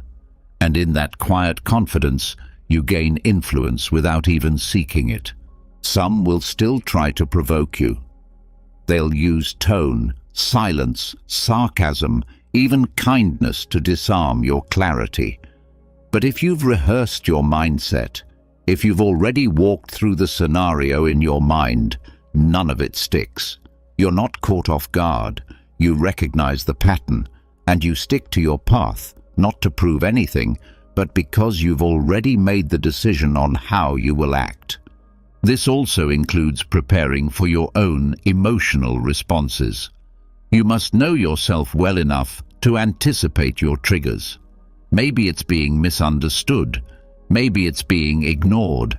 Maybe it's being blamed unfairly. Whatever it is, name it. Study it. Ask yourself how it shows up. Then prepare how you'll meet it next time. What you'll say, what you'll breathe through, what you'll let go. And don't wait for the moment to practice. Do it daily. Walk yourself through hard conversations in your mind. Play out the tension. Feel the heat. Then practice staying calm. Practice keeping your voice low. Practice choosing your words. Practice pausing before speaking. These mental reps build the same strength as physical ones, but instead of training muscles, you're building inner stability. The goal is not to remove conflict from your life. That's impossible. The goal is to move through it without losing your principles. You can be direct without being cruel. You can be firm without being cold. You can end a conversation without raising your voice. You can walk away without slamming a door. This is real strength, the kind that doesn't show up as aggression, but as composure. Your preparation also helps you know what not to say. Because when you're prepared, you don't reach for words just to fill silence or protect your pride. you know what matters, and anything outside that becomes noise. You stop justifying. You stop defending. You stop trying to manage someone else's emotions through your words. You speak for clarity, not control. You also learn how to end things calmly, because some conflicts can't be solved. Some conversations aren't meant to reach agreement. And when you've mentally rehearsed that outcome, you can let go without needing resolution. You can say, "This is where I stand," and leave it at that. No bitterness, no final speech, just closure rooted in self-respect. The more you train, the more you detach from emotional outcomes. You stop basing your peace on how others respond. You no longer need agreement to feel valid. You no longer need understanding to feel clear. This internal preparation frees you, not from emotion, but from being ruled by it. This mindset also helps you when emotions rise unexpectedly. If you feel anger, you'll recognize it sooner. If you feel sadness, you'll give it space without letting it hijack your voice. If you feel overwhelmed, you'll know how to pause. That's the power of preparation. It doesn't remove emotion. It builds your capacity to meet it without being overtaken. It also protects you from post-conflict regret. When you've acted from preparation, you don't second-guess yourself after. You don't replay the moment, wondering if you said too much or too little. You don't ruminate for hours. You know you acted from your center, not from fear, not from pride, but from calm clarity. This clarity is not a gift. It's a result of practice, of daily reflection, of running through difficult moments in your mind, not to live in anxiety, but to build the kind of mind that doesn't fall apart when tested. Even if a conversation doesn't happen as you expected, even if the other person surprises you or the dynamic changes, your training still helps. Because it's not about predicting every word. It's about developing presence. You become the one in the room who doesn't flinch, who doesn't escalate, who doesn't abandon their principles just because things get tense. And people notice. Not because you're loud, but because you're still. And stillness has gravity. It pulls the situation toward resolution, not chaos. It invites others to meet you where you stand, not through force, but through presence. This is what Stoic conflict looks like. Not silence from avoidance, but calm from preparation. Not control through dominance, but leadership through example. Not disengagement, but full presence rooted in restraint. And if things fall apart anyway, you know you did your part. You showed up prepared. You didn't add fuel. You didn't betray your growth. That's how you sleep well. That's how you walk forward, not weighed down by reaction, but uplifted by integrity. Because in the end, this is not just about one conversation. It's about becoming the kind of person who brings calm to conflict. Not because life is easy, but because your mind is steady. You didn't wait for peace to be handed to you. You built it, one thought at a time, one response at a time, one prepared step at a time. Quiet, ready, clear, always. After practicing mental preparation, after choosing presence over reaction and clarity over control, there's one habit that still tries to sneak back in: your need to explain yourself. It doesn't arrive in anger. It shows up quietly, in the space after conflict, when you feel misunderstood or misjudged. That urge to defend your decision, to make someone see your side, to prove that you were right. But chasing explanation rarely brings peace. It pulls you back into conversations that were never meant to be balanced in the first place. This is where the discipline of silence begins. Not the silence of suppression, but the silence of strength. the silence that comes from knowing who you are and no longer needing others to confirm it. The need to explain usually comes from the ego, not the honest, grounded self, but the part of you that still wants to be seen as the good one. The part that fears being painted as wrong. The part that can't stand the idea that someone may leave with the wrong version of the story. But when you reach a certain level of clarity, you realize something important.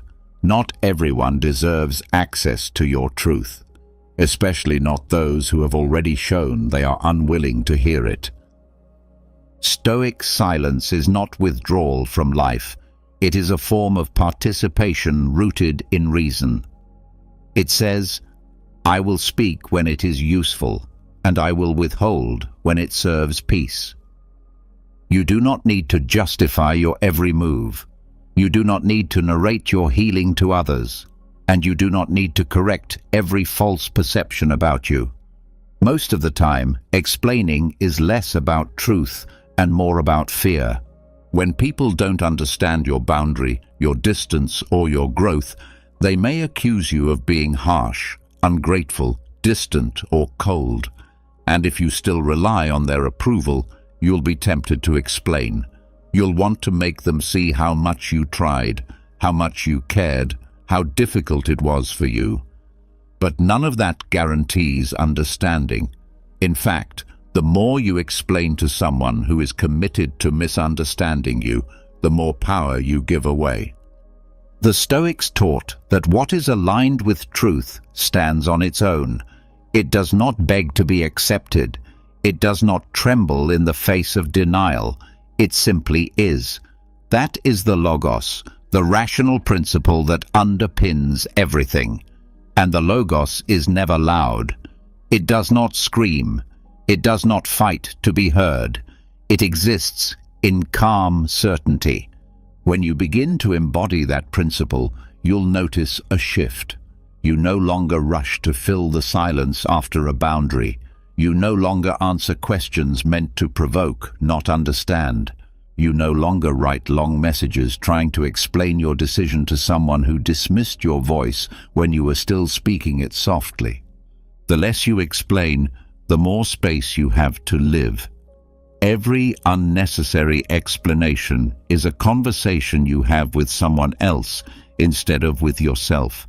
It's a moment spent outside of alignment, bending your truth to fit someone else's comfort zone.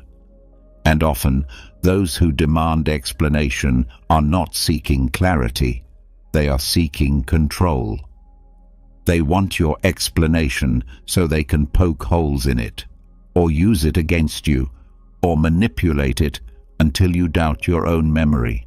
Silence breaks that cycle, not with bitterness, with composure. It says, "I've said what needed to be said, and that's enough." No extra words, no long speeches, no footnotes to prove your growth. This discipline also means knowing when speaking is useful. Not all silence is wisdom. Sometimes clear communication is required. But here's the difference. Explanation that comes from peace sounds different than one that comes from fear. One is brief, direct, and grounded. The other is emotional, repetitive, and defensive. Before you explain, ask, is this about truth or my fear of being seen in a certain way? Is this about clarity or control? Is this explanation necessary? Or is it just my discomfort with being misunderstood? The truth is, you will be misunderstood. Even when you're honest, even when you speak clearly, even when you try your best. Some people are too invested in their narrative to make space for yours. Some will twist your words no matter how carefully you choose them. Some will resent your silence because it removes their ability to guilt you. That's not your burden. That's their journey. Your responsibility is to your own clarity, not their approval. And the deeper your clarity, the less you feel the need to explain it. This practice changes the way you show up in all areas of life. In relationships, you stop over-communicating just to soothe someone's anxiety. You start choosing your words more carefully. You realize that sometimes the strongest thing you can say is nothing. That refusal to explain doesn't mean avoidance. It means trust in your own judgment. In conflict, silence becomes a boundary. When accusations are thrown at you and you don't respond, you show that you've already removed yourself from the cycle, that you no longer need to fight for space in conversations that never offered you room in the first place. In healing, this silence gives you space. It keeps you from reopening wounds just to prove they existed. It lets you sit with your choices and say, I made that decision not because it was easy, but because it was right. And right doesn't always look right to others. That's fine. You didn't choose it for them. You also stop explaining your peace. You no longer feel the need to justify your boundaries, your solitude, your silence, or your choices. You stop trying to package your growth in a way that's digestible for those who never supported your transformation in the first place. You stop offering your life story to people who only want it to use against you. And in time, you realize that silence is not the absence of truth. It is the shield that protects it. When you hold your center, you send a message louder than words. I trust myself. I don't need you to understand my steps to know they were mine to take. Some will be bothered by this. Some will say you've changed, that you used to be so open, so available, and they'll be right. You have changed, but not into someone cold. You've become someone clear. And clarity, once reached, no longer explains itself. It acts. It lives. It moves forward. So next time you're tempted to over-explain, pause. Ask, what will this explanation change? Will it bring clarity or just calm someone's discomfort? Will it bring resolution or reopen something that's already closed? Most times the answer will be, nothing needs to be said. Not because you have nothing to offer, but because you've already offered everything worth saying. And now you're done. And now you're free. After learning to resist the urge to explain yourself, a deeper strength begins to settle in. But almost immediately, another test arrives. You stay silent. You hold your boundary. You walk away without drama. And then it happens. The reaction. Someone lashes out. They twist your choices into something selfish. They call your silence avoidance. They accuse you of being cold, uncaring, disloyal. And part of you still wants to fix it, to ease the discomfort, to make it okay. But that part of you must now learn its next lesson. Their reaction is not your responsibility. You are not responsible for how someone else feels about your truth. You are responsible for how you express that truth, calmly, clearly, and with integrity. But after that, the emotional response it creates in others belongs to them. It's not coldness to accept this, it's clarity. Because the moment you start taking on someone else's reaction as your own burden, you begin losing your center. Emotional detachment does not mean you stop caring. It means you stop confusing care with control. You can be kind and still stay grounded. You can offer compassion and still protect your peace. Detachment allows you to witness an outburst, a guilt trip, or an emotional spiral without absorbing it, without joining it, without letting it distort your clarity. This kind of strength doesn't come from disconnection. It comes from deep understanding. Understanding that people will often respond to boundaries with resistance, that someone who's used to access will experience your silence as rejection, that someone who is manipulated through emotion will experience your detachment as betrayal. But that reaction doesn't mean you've done something wrong. It means they are facing the discomfort of change. When you make a choice from reason, your job is complete. What happens next is no longer within your control. Trying to manage someone else's emotions is a form of overreach. It's subtle, but it's there. The belief that you are responsible for keeping others calm, comfortable, and pleased. But you are not here to carry their emotional experience. You are here to live with virtue. People often react not to what you said, but to what it symbolizes. Your silence may represent to them a loss of power. Your boundary may remind them of a past they haven't healed. Your distance may trigger an insecurity they've never faced. These things are not your fault. You may be the trigger, but you are not the cause. Understanding this frees you. It allows you to be present without becoming entangled. It allows you to respond without guilt. It allows you to walk away with empathy instead of shame. You can say to yourself, they are allowed to feel what they feel. I am not here to manage that. That's not a dismissal of their experience. It's a commitment to your own integrity. The Stoics taught that we must control what is up to us and release what is not. Someone else's reaction is never up to us. You can do everything right, speak gently, act calmly, explain clearly, and still be met with blame or anger, because their reaction comes from their mind, not your words, from their conditioning, not your actions. Letting go of responsibility for others' emotional responses doesn't make you cruel, it makes you honest. Honest about what you can actually do, honest about the limits of your influence, and honest about the fact that people have to walk through their own discomfort to grow. If you keep trying to absorb that discomfort for them, you rob them of the opportunity to evolve.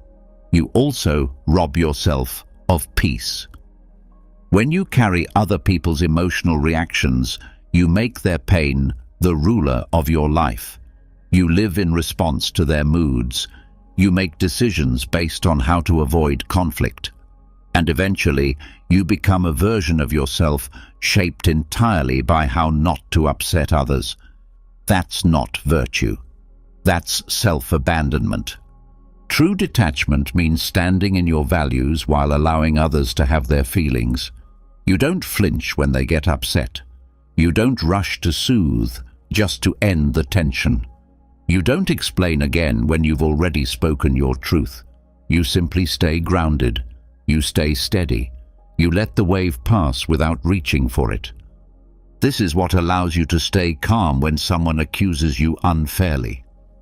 You don't take it personally because you understand they are speaking from their own filter. You may hear their words, but you don't absorb their pain as yours to resolve. You may even offer kindness, but not at the cost of your boundary. This also applies to guilt trips disguised as concern.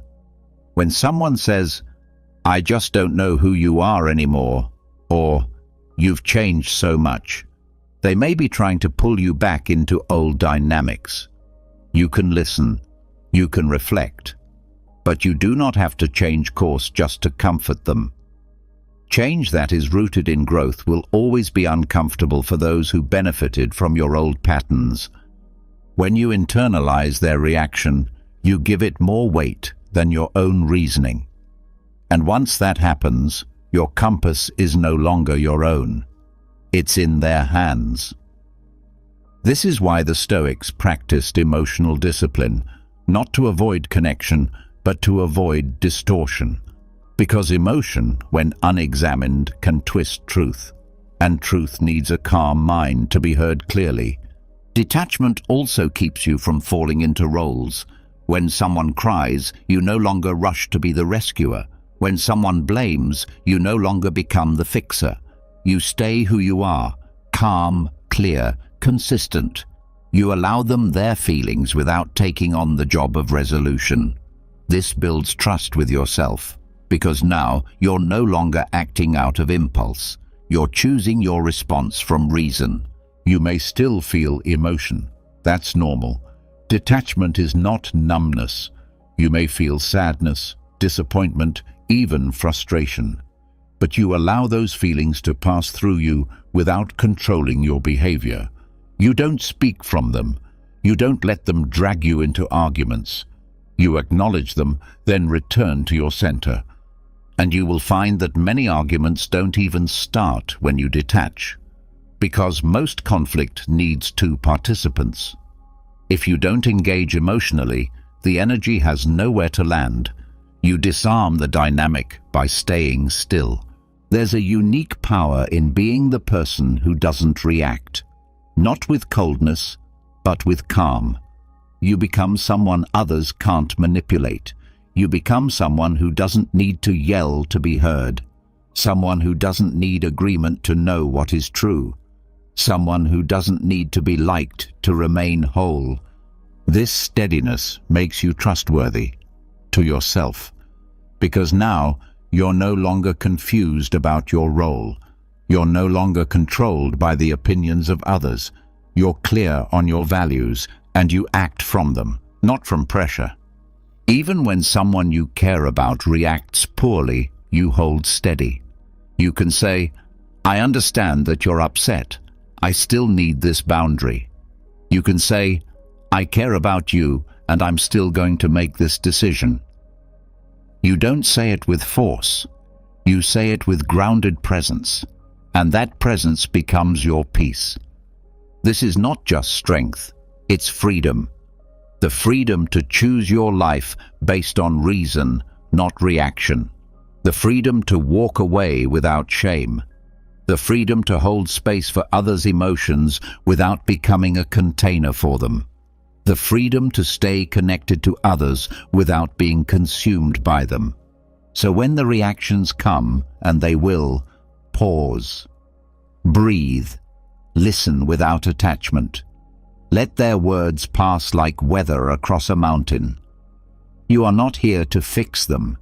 You are here to live with clarity, to speak with intention, to act with calm, to love without losing yourself. And that love, when rooted in detachment, becomes something rare. It's not love based on approval or emotional management. It's love based on truth. The kind that can withstand any storm because it doesn't depend on control. It depends on presence. That is the heart of detachment. Not distance, but discipline. Not silence, but stability. Not rejection, but responsibility for your own energy. And once you master it, no reaction, not anger, not blame, not silence, can pull you out of your center again. You remain still, not because you're numb, but because you're clear, fully awake, fully alive, fully in control of what is yours, and no longer carrying what isn't. Once you've learned to detach from others' emotional outbursts, once you've stopped carrying the weight of their responses, you may think the hardest part is behind you. But something else starts to surface. The opinions of those watching from the outside. Friends, family, colleagues, acquaintances. They weren't there for the long conversations, the private struggles, or the patterns you've been trying to escape. Yet they begin to offer opinions, take sides, or hint at what you should have done differently. Some are subtle, some are loud, and even though you've found peace in your choices, their words can still shake your foundation if you're not prepared. This is the bystander effect in real life, not inaction in the face of crisis, but the pressure created by passive observers who claim insight without full context. It's the quiet, constant tug of social opinion, the raised eyebrows, the gossip disguised as concern, the well-meaning advice that doesn't understand your journey. And this is where many people falter, not because they doubt themselves, but because they begin to doubt whether they have the right to stand alone. The Stoics warned us about this. Marcus Aurelius, in the privacy of his meditations, said what few dare to admit. We care more about the opinions of others than we do about our own, even when we know the truth.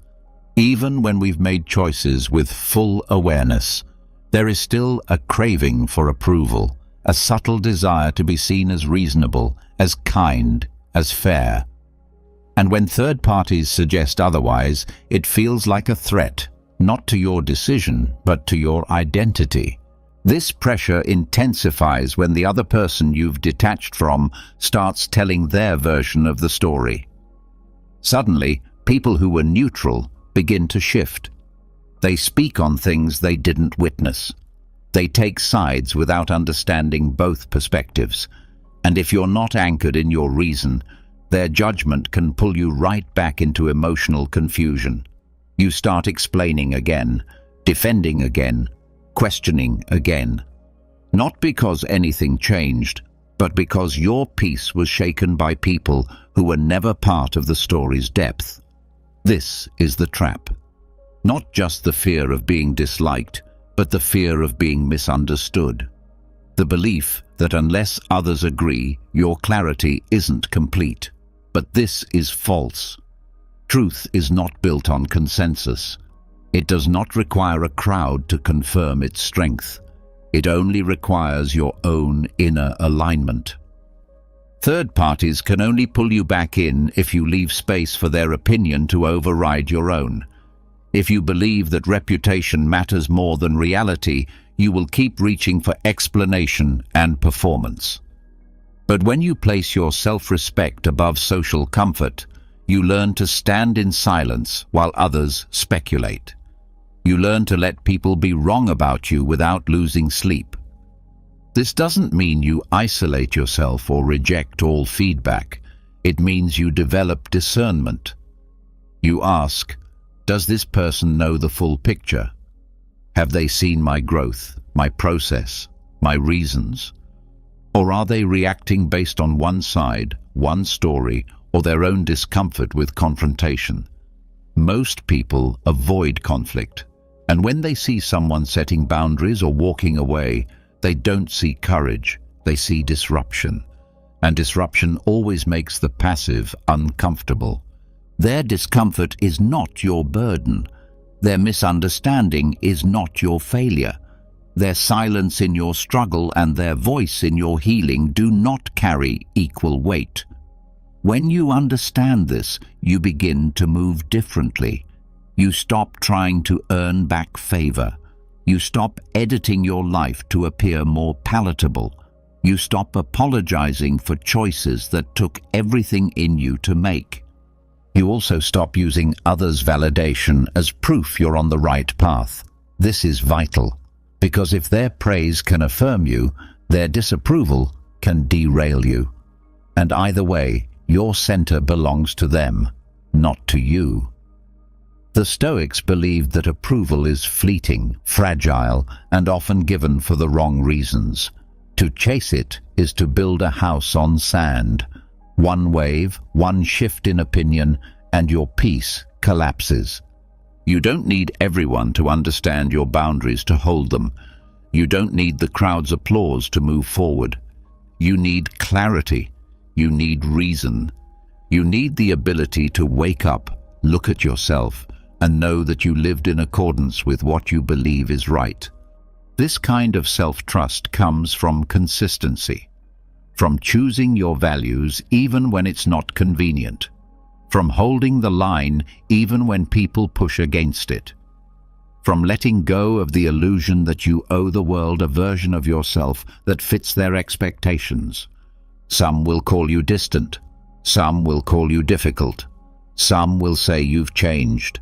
And all of that might be true from their perspective. But perspective is not the same as truth. People don't see you as you are. They see you through the lens of their own stories, biases, and unmet needs. And no matter how carefully you speak, how softly you act, or how kindly you walk away, someone will still misunderstand you. Let them. That's not your responsibility to fix. If you spend your energy correcting every opinion, your life becomes a reaction to other people's perception. But your life is not theirs to define. It is yours to live, and your alignment will speak louder than their judgment ever could. The bystander effect also shows up when people urge you to keep the peace at the cost of your boundaries. They'll say, "Don't burn bridges," or "You should try again," or "Be the bigger person." These statements sound wise, but often they come from fear, not insight. From a discomfort with conflict, not a deep understanding of your experience. True wisdom does not ask you to betray yourself in the name of harmony. It invites you to live with integrity, even if that means standing alone. You may also face pressure to explain yourself to mutual friends, to extended family, to colleagues who are watching. And in these moments, your ego will tempt you to clarify everything, to make your case, to win back their approval. But ask yourself, who is this explanation for? Will it change the facts? Or will it simply soothe the part of you that still fears being seen as the villain? You are not a villain for choosing peace. You are not selfish for walking away from harm. And you are not cruel for choosing silence over endless explanation. You are human, growing, learning, aligning. And that alignment is quiet. It doesn't announce itself. It doesn't perform. It doesn't fight to be seen. It simply lives, consistently, patiently, without begging others to agree. You will know you've broken free from the bystander effect when someone questions your choice and you no longer feel the urge to defend it. When someone misjudges your silence and you don't rush to correct them. When someone chooses sides and you don't feel rejected, you feel free. Because now you no longer depend on them to reflect your worth. You've found it within. Not in rebellion, not in bitterness, but in calm, steady truth. The kind of truth that needs no witnesses. The kind of truth that stands even when no one claps. Once you let go of the urge to manage public perception, once you stop explaining yourself to bystanders who were never truly part of your journey, a deeper silence begins to settle. But within that silence, something uncomfortable can rise. A craving to be understood. Not by everyone, just by someone. The desire to be seen, to be heard, to have someone acknowledge that your decision was rooted in something real. This feeling is human. But if not examined, it becomes a trap. Because peace is not built on being understood. It is built on governing yourself in alignment with what you know to be right, regardless of who sees it. Self-governance is the inner authority that replaces the need for external validation.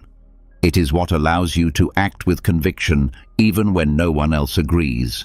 It is what stops you from betraying your integrity just to be accepted. It is not about closing off or becoming rigid. It's about being able to move through life without constantly needing your actions to be approved, applauded, or emotionally rewarded.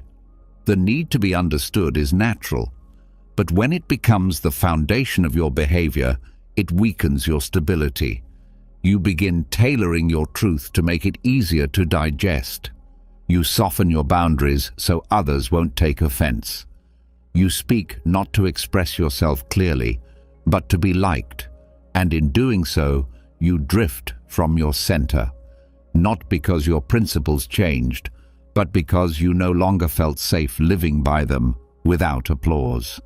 The Stoics didn't teach self-expression for the sake of being seen.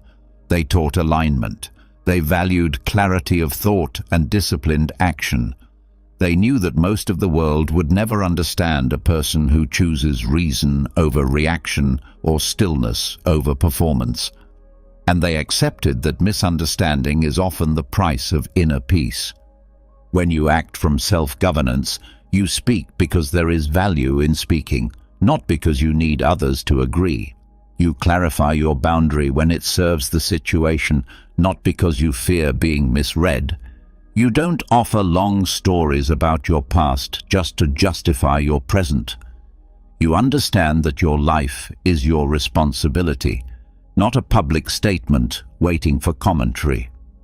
The more you lean into this principle, the more uncomfortable it may feel at first, because we are taught that communication is clarity, and clarity is connection, but clarity is often mistaken for transparency. And transparency is not always required. You are not obligated to explain your every step just because someone asks.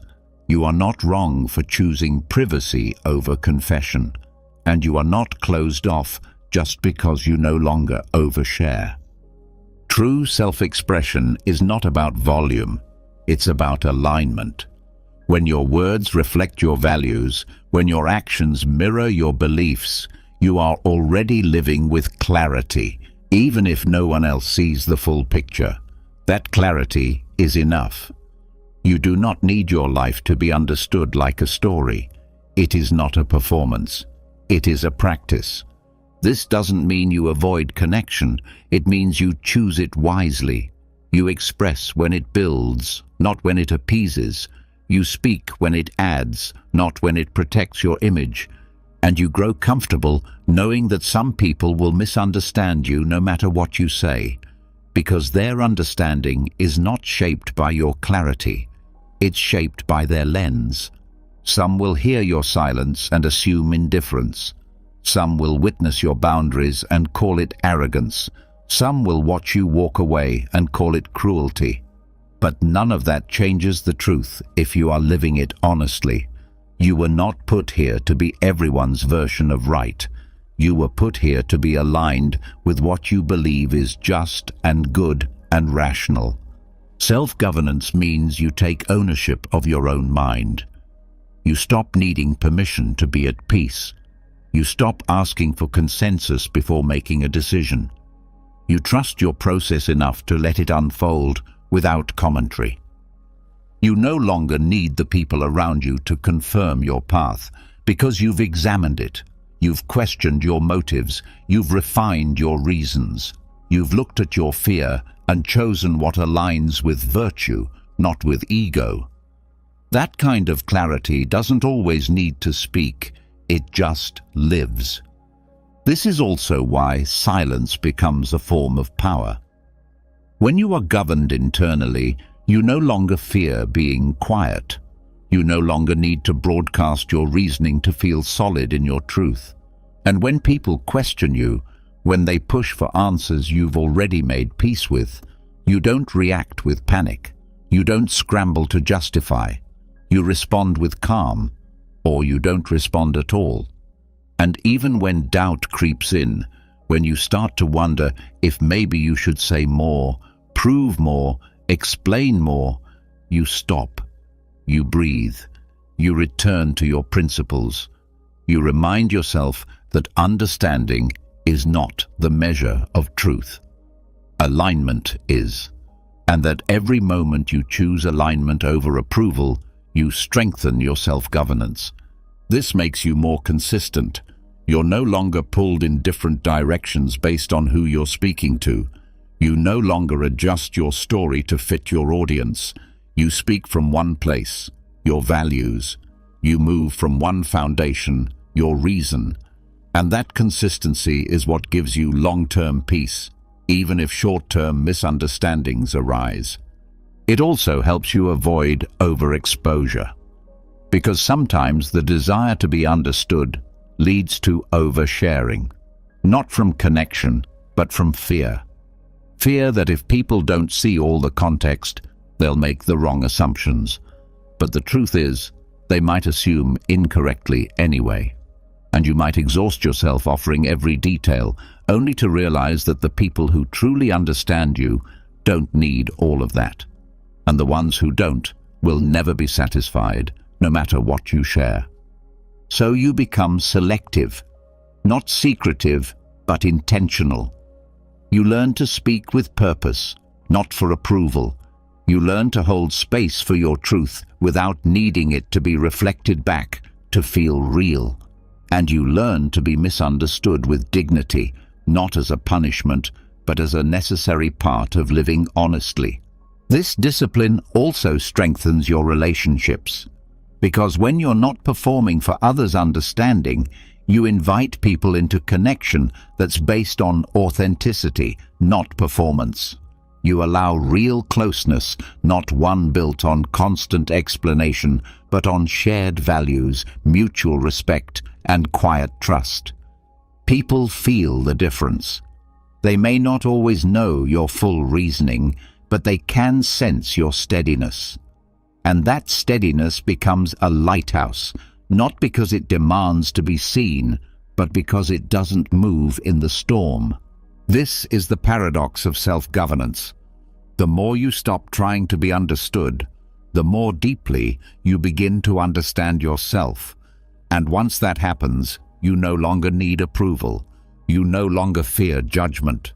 You no longer shape yourself to please anyone. You simply live, quietly, clearly, inwardly free. And that is where real peace begins, not when everyone sees your truth, but when you no longer need them to. After letting go of the need to be understood, you gain something much more valuable: room to observe yourself without interruption. When you're no longer adjusting your actions to gain approval or to shape others' opinions, a clear space forms inside you.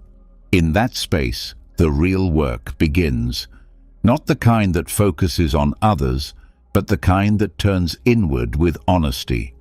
Because even when someone else behaves poorly, even when you're dealing with manipulation, blame, or judgment, there's still something vital to learn about your own reactions, your thoughts, your limits, your triggers.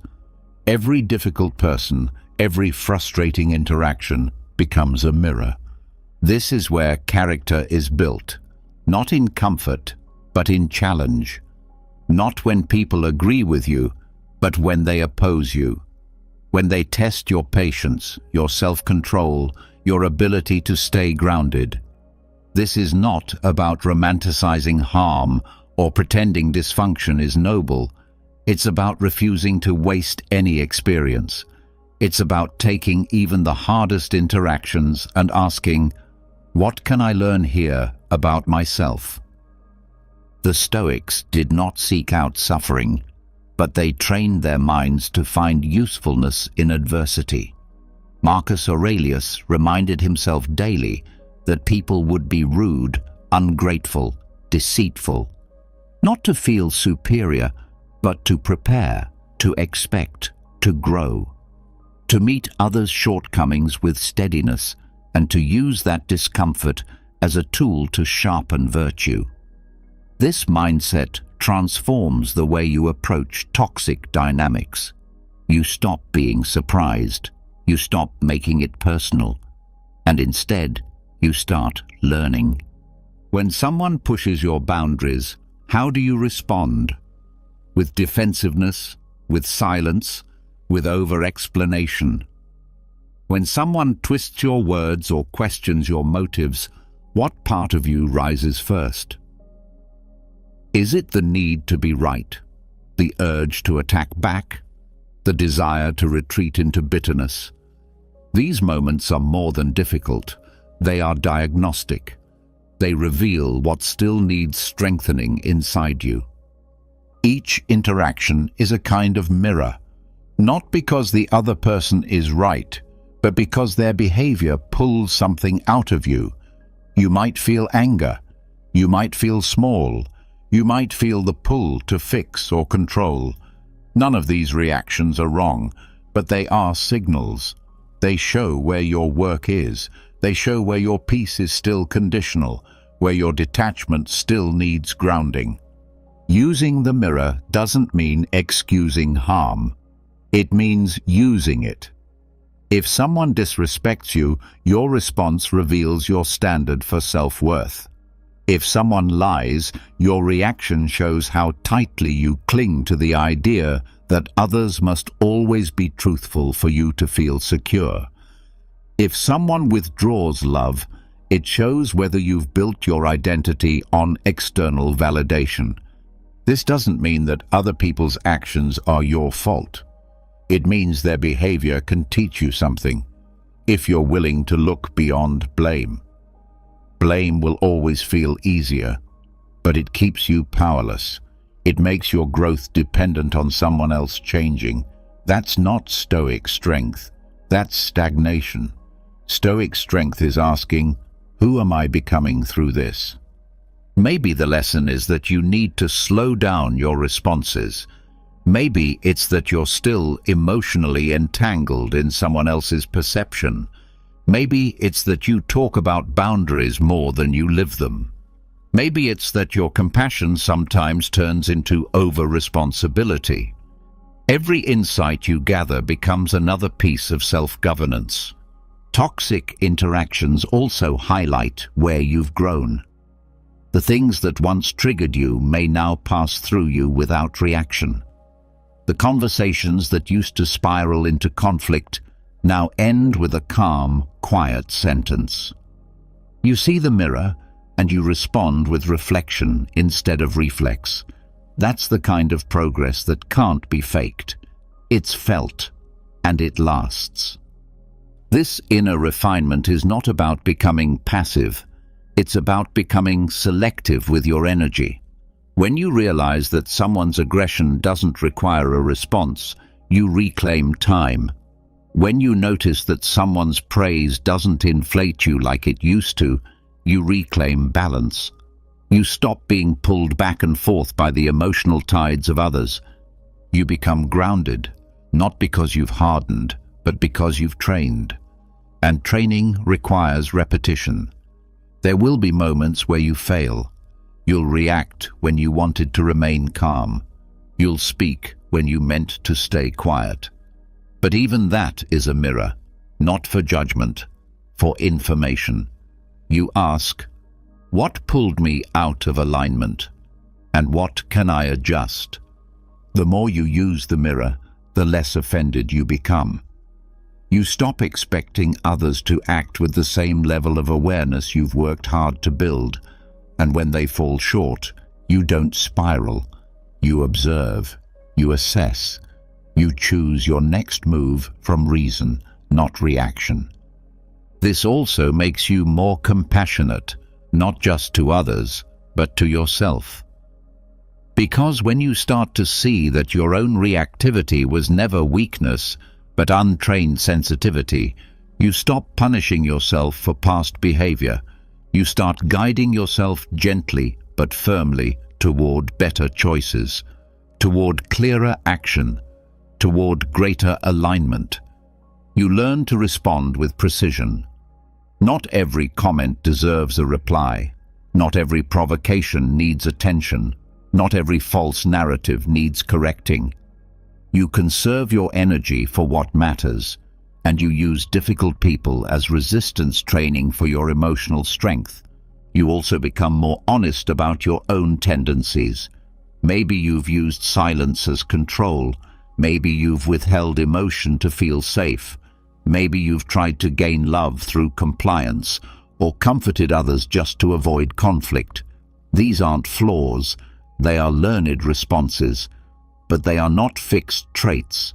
You can adjust them when you see them clearly, and difficult relationships often make those patterns easier to spot. So the next time someone brings out your frustration, ask, what is this showing me about myself? The next time you feel the pull to overreact, ask, what is being triggered in me and why? And the next time you catch yourself slipping into an old pattern, pause. Breathe, realign. There's no benefit in pretending you're unaffected. You're human, but you are also capable of directing your growth consciously. You can use every test as material for self-mastery. Not to be perfect, but to be more consistent, more thoughtful, more anchored in the kind of person you've chosen to become. Eventually, this mindset becomes automatic. Not because you avoid pain, but because you've trained your mind to find value in it. You've stopped wasting energy on things that don't grow you. You've stopped measuring your peace by the absence of conflict and started measuring it by how you respond to it. And when the next difficult person comes into your life, and there will always be another, you meet them with quiet steadiness. You let them show you where your work is, and you thank them silently for the mirror, even if you never speak again. Because now you see what they can't. Every moment is a training ground for virtue. You don't just survive toxic situations, you refine yourself through them. You come out stronger, not in spite of them, but because of how you chose to respond. And that response is your power. The one thing no one can take. The one thing that turns every challenge into a path. The one thing that makes your peace unbreakable. After learning to use each difficult interaction as a mirror, you begin to notice a quiet shift. You no longer wait for peace to come from others, you create it from within. But even as your inner clarity deepens, something else becomes clear. If your external life isn't adjusted to reflect your internal standards, the tension returns. Not in loud, dramatic ways, but in subtle, daily moments. A lingering conversation that drains you. A text you feel obligated to answer. A meeting you attend out of guilt. These small interactions may seem harmless, but over time, they chip away at your peace. And this is where the power of small boundaries begins. Small boundaries are often overlooked because they don't create big scenes. But they are one of the most powerful ways to reclaim your life. They don't require confrontation. They don't need dramatic statements. They live in the quiet choices you make daily. What you say yes to, what you delay, what you quietly decline. These decisions seem small, but they carry massive impact. They are the structure that protects your clarity from erosion. You don't need to announce every boundary. You don't have to justify each limit you set. That's the beauty of restraint. When you move with purpose and don't seek attention for your decisions, your energy becomes more potent. You're no longer pouring time into proving your right to set boundaries. You're simply living by them. One reason small boundaries are so effective is because they prevent situations from escalating. When you set a limit early, when a pattern is still forming, you stop the problem before it grows. It's easier to adjust the course of a river at its source than when it's already flooding the valley. By recognizing discomfort early and responding with a gentle shift, you protect yourself without needing to defend yourself. Micro-boundaries look like ending a call when the conversation starts turning into gossip. They look like taking longer to respond to a message that pressures you. They look like politely declining invitations you don't have the energy for. They look like redirecting the subject when someone crosses into personal territory. They're not loud, they don't push people away, but they clearly signal, I am in control of how my energy is used. This kind of boundary setting doesn't need conflict to be valid. It doesn't need an audience. When you have internal clarity, your external life doesn't have to scream. It simply adjusts. People around you begin to notice, not through confrontation, but through your consistency. You show them who you are by how you behave, not by how you explain. There is a tendency to think that boundaries must come after a big event, a betrayal, a fight, an emotional collapse. But small boundaries are more preventative than reactive. They create space before the damage is done. They protect your time, your focus, and your nervous system from being constantly on alert. They keep you aligned with your values, even when the world around you is pulling you in 10 directions. The reason they work is because they build momentum. Every small no spoken in truth makes the next one easier. Every moment you honor your limit without apology teaches your mind that you're trustworthy. And when you trust yourself, you no longer fear losing the approval of others. That approval is no longer your currency. Clarity is. These boundaries also build respect.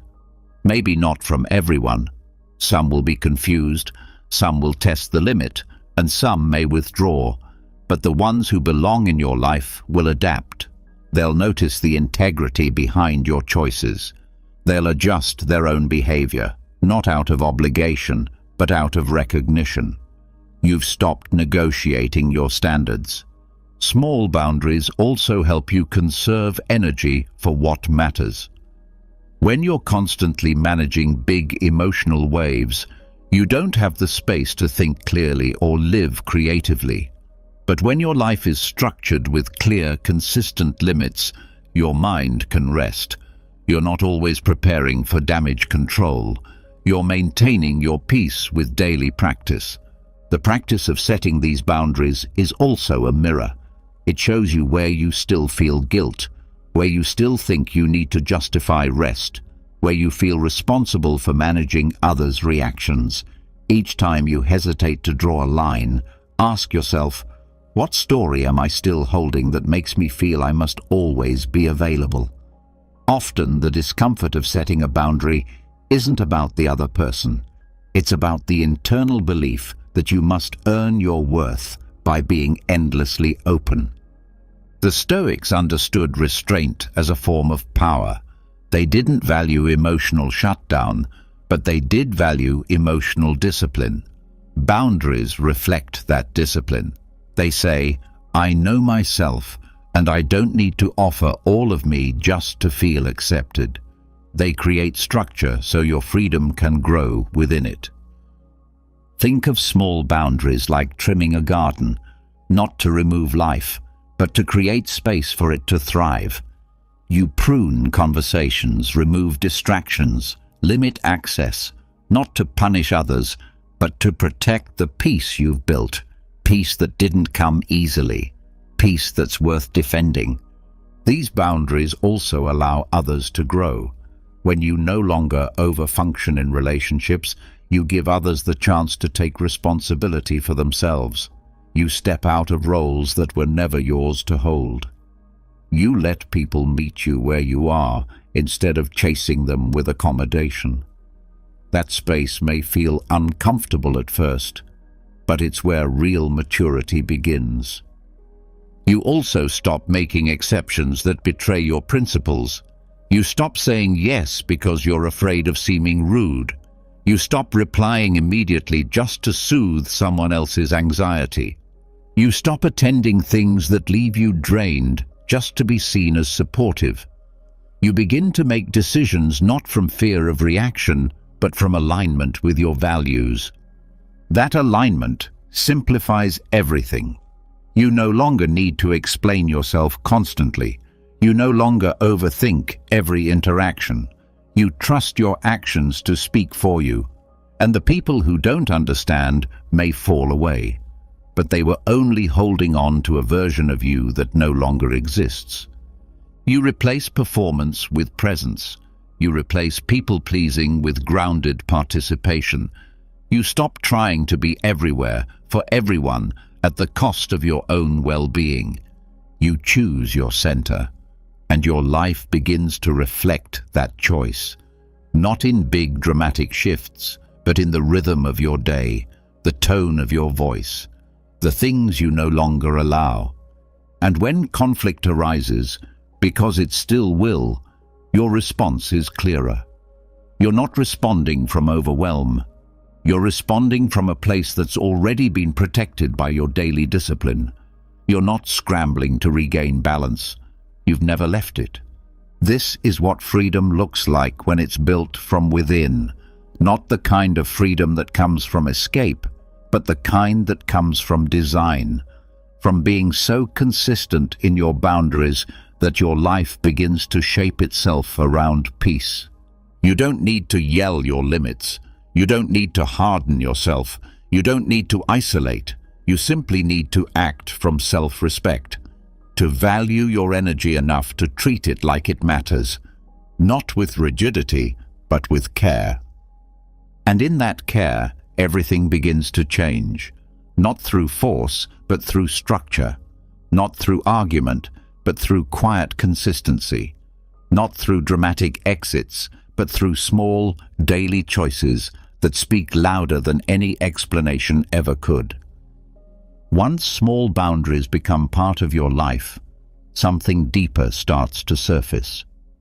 You notice how much of your past behavior was shaped not by your values, but by expectations you never agreed to out loud.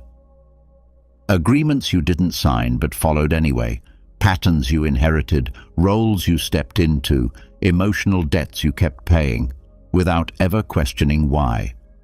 These are the unspoken contracts that quietly govern relationships, and breaking free from them often feels harder than walking away from direct harm, because they're invisible, but they still bind you until you learn how to undo them. An unspoken agreement can look like always being the one who listens, even when no one asks how you're doing. It can be saying yes to every favor because saying no would disrupt the balance.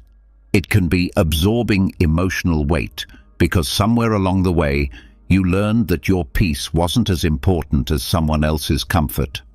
These are not formal arrangements. They're silent rules built from years of repetition, fear, guilt, and the need to belong. And they feel normal until they don't. The moment you begin setting boundaries, showing up differently, or even stepping back, the weight of these agreements becomes clear.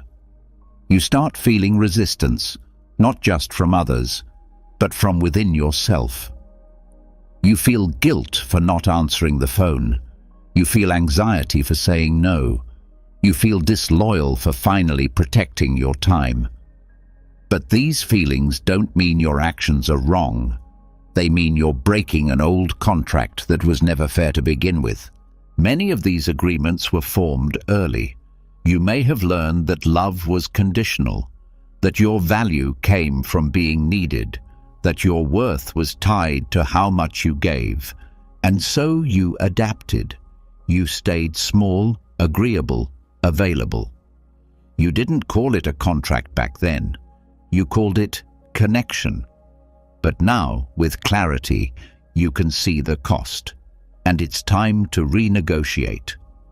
Renegotiation begins with recognizing that you don't owe anyone more than virtue and civility, not endless access, not emotional labor, not participation in patterns that keep you stuck. The Stoics taught that your duty is to act with justice, not with sacrifice. You are responsible for your conduct, not for maintaining relationships that ask you to compromise your well-being. Sometimes people don't react when you express a new boundary. They react because it breaks the agreement they thought was permanent. They depended on your silence, on your predictability, on your compliance. And when that changes, it disrupts the system. Not because you're doing harm, but because you've stopped accepting a harmful role. Undoing the unspoken agreement requires strength. It's not just about saying no, it's about enduring the emotional pressure that follows. You might be called selfish. You might be accused of abandoning people. You might even doubt yourself. But these reactions aren't truth. They're the discomfort of change. This is where your clarity must be stronger than your conditioning. You remind yourself that relationships built on expectation are not the same as relationships built on love. That approval bought through compliance is not real connection, that your dignity is not a price to pay for emotional security. You also learn that mutual respect does not require constant sacrifice. It requires truth. And the truth is, the people who benefit most from your silence will always resist your voice, not because they're evil, but because the system served them. Your change invites them to examine their own patterns. Some will, some won't. Either way, That part is not your responsibility. Undoing the agreement doesn't require drama. It requires consistency. You stop playing the role. You stop explaining the shift. You start acting from a new center. And over time, the system adjusts or dissolves. But the power lies in no longer needing it to validate your choices. You might still care deeply for the people involved. You might still love them. But love without freedom isn't love. It's emotional servitude.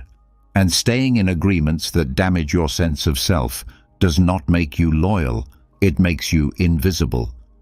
Stoicism is about living in accordance with nature, and your nature is not to live in quiet resentment or to slowly fade for the sake of false peace. Breaking these contracts is not rebellion. It's reclamation of your time, your energy, your voice, your worth. You begin to relate from wholeness, not from a survival pattern. You offer kindness because it's real, not because it's required. You show up with truth, not with performance, and those who can meet you there become part of your real circle. The rest fall away, not by force, but by gravity, because what's no longer sustainable eventually ends. Sometimes these agreements are tied to culture, family, or history. That makes them heavier. But even then, they can be undone.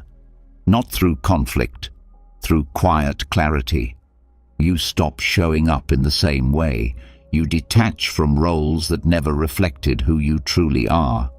You act with respect, but you stop sacrificing yourself to meet expectations that were never yours. You don't need to explain this shift to everyone. Most won't hear it. They'll only feel the difference. And your peace, your calm, consistent, unshakable peace, will become the explanation. You won't need to justify it. You'll just live it.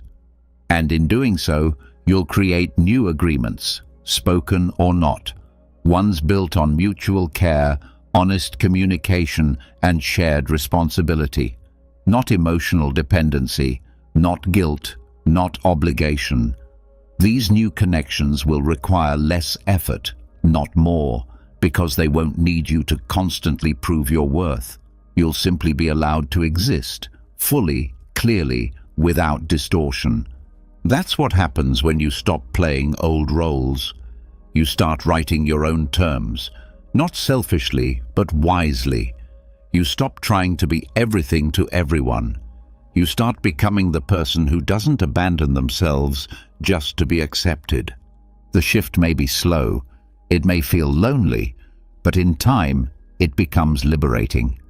You don't need a clean break with everyone, you just need clean lines with yourself.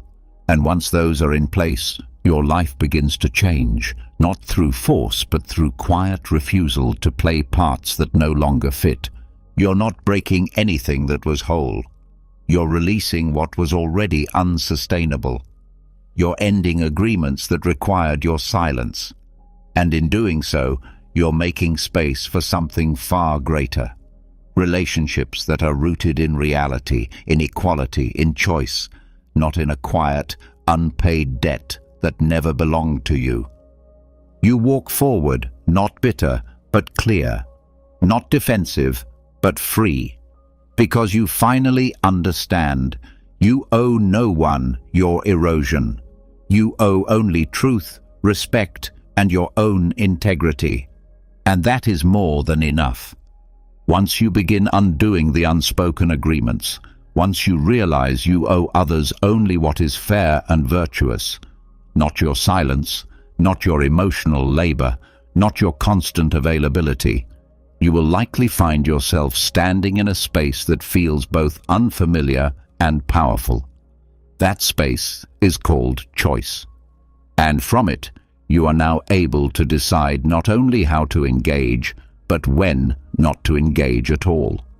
Because sometimes the most reasonable, most self-respecting response is not to explain, fix, or fight. It's to leave quietly.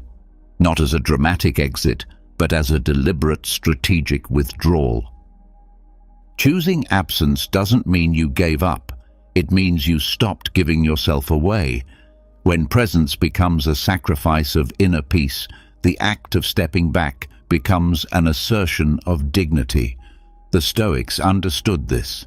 They taught that virtue lives in right action, not in being everywhere, not in being endlessly tolerant, but in knowing when to retreat with discipline.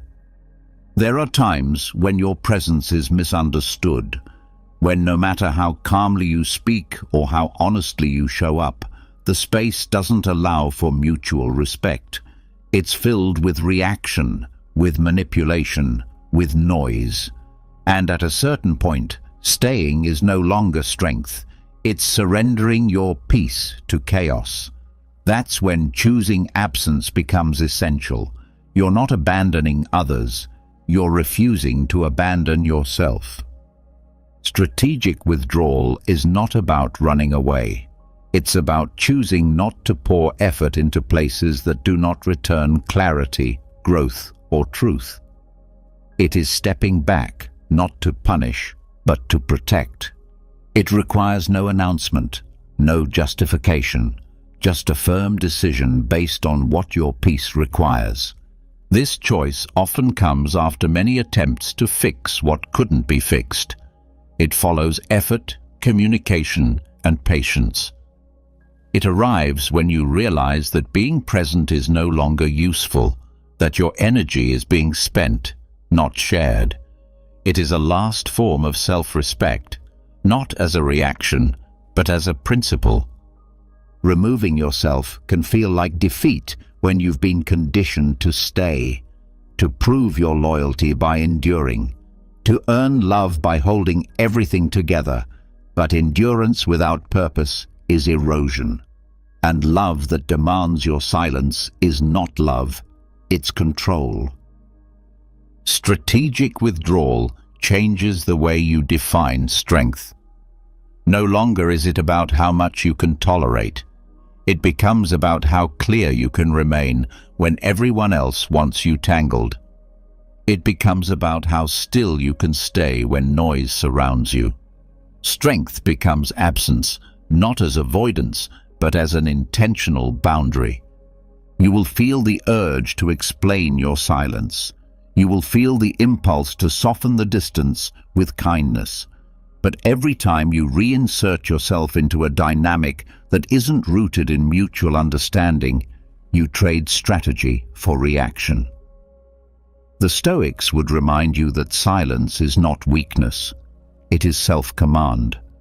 When you remove yourself, you give others the space to face their behavior without your interference. Sometimes your constant presence shields others from their own growth. They never have to see themselves clearly because you're always there to stabilize the imbalance. Withdrawal is not cruelty, it's space. And in that space, people either grow or they don't. But that is no longer your concern. Strategic absence is also powerful because it disrupts dysfunctional cycles. When someone expects you to engage, to argue, to over-explain, and you don't, it forces a pause. That pause is uncomfortable, but it breaks the script. It shifts the pattern, and in that shift, you begin to reclaim your energy. This absence is not cold, it's clean. It says, I have shown up, I have spoken clearly, I have done my part. Now, I choose not to participate in confusion. I choose to step away from what is no longer aligned with the values I live by. And you do this without needing to be seen. There is no applause for quiet exits. There is no celebration for setting down what was never yours to carry.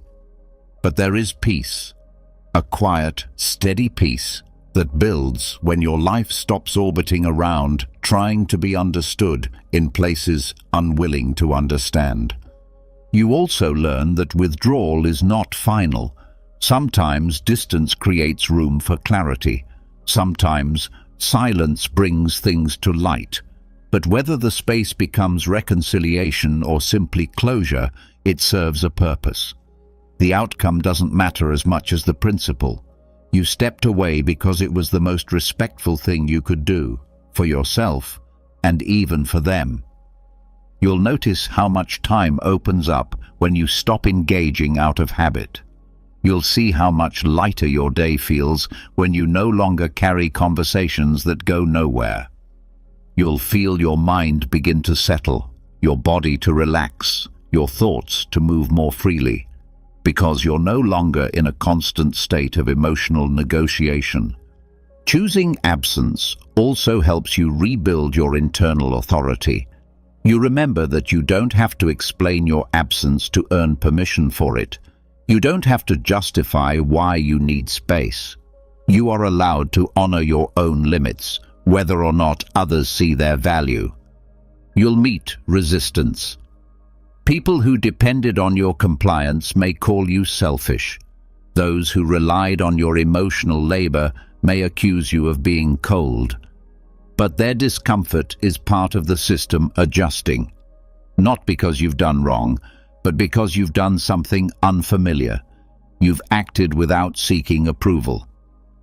You also start to recognize that absence teaches more than presence ever could. When you're no longer in the room to absorb blame, to soften conflict, to manage the emotional tone, people are left with their own behavior. That reflection is more powerful than any explanation you could offer.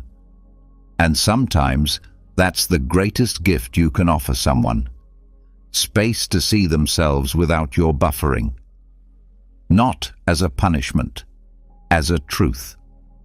A truth that says, this is what the relationship feels like when I stop holding all the weight. Your strategic withdrawal can become a turning point, not just for your relationships, but for your life's direction. You begin to walk forward, not because you're escaping, but because you're done repeating, done waiting, done hoping that presence alone could fix what clarity already showed you. You also stop labeling your withdrawal as failure. You begin to see it as success, not of dominance, but of self-possession. You learn that peace often looks like letting go without fanfare, that it grows not from explaining the past, but from stepping into a future that doesn't require constant self-abandonment. And you come to trust absence as a tool, not to disconnect, but to realign. You begin to ask, where am I present out of guilt? Where am I engaged out of obligation? Where am I still offering access to someone who uses it to distort, not to connect? With those answers, you move differently. You stop asking whether people will understand your silence. You stop fearing whether they'll misinterpret your distance. You start living from a deeper truth. That virtue doesn't require permission.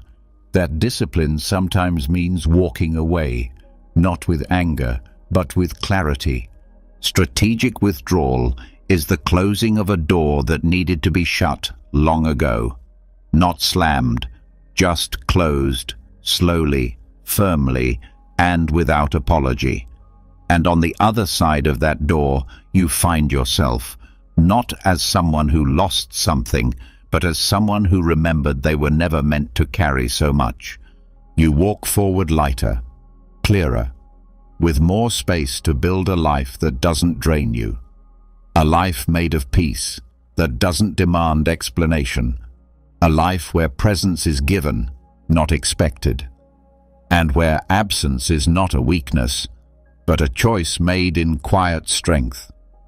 Once you've chosen strategic absence, once you've stepped away without the need for noise or attention, what remains is the space you return to, your inner life.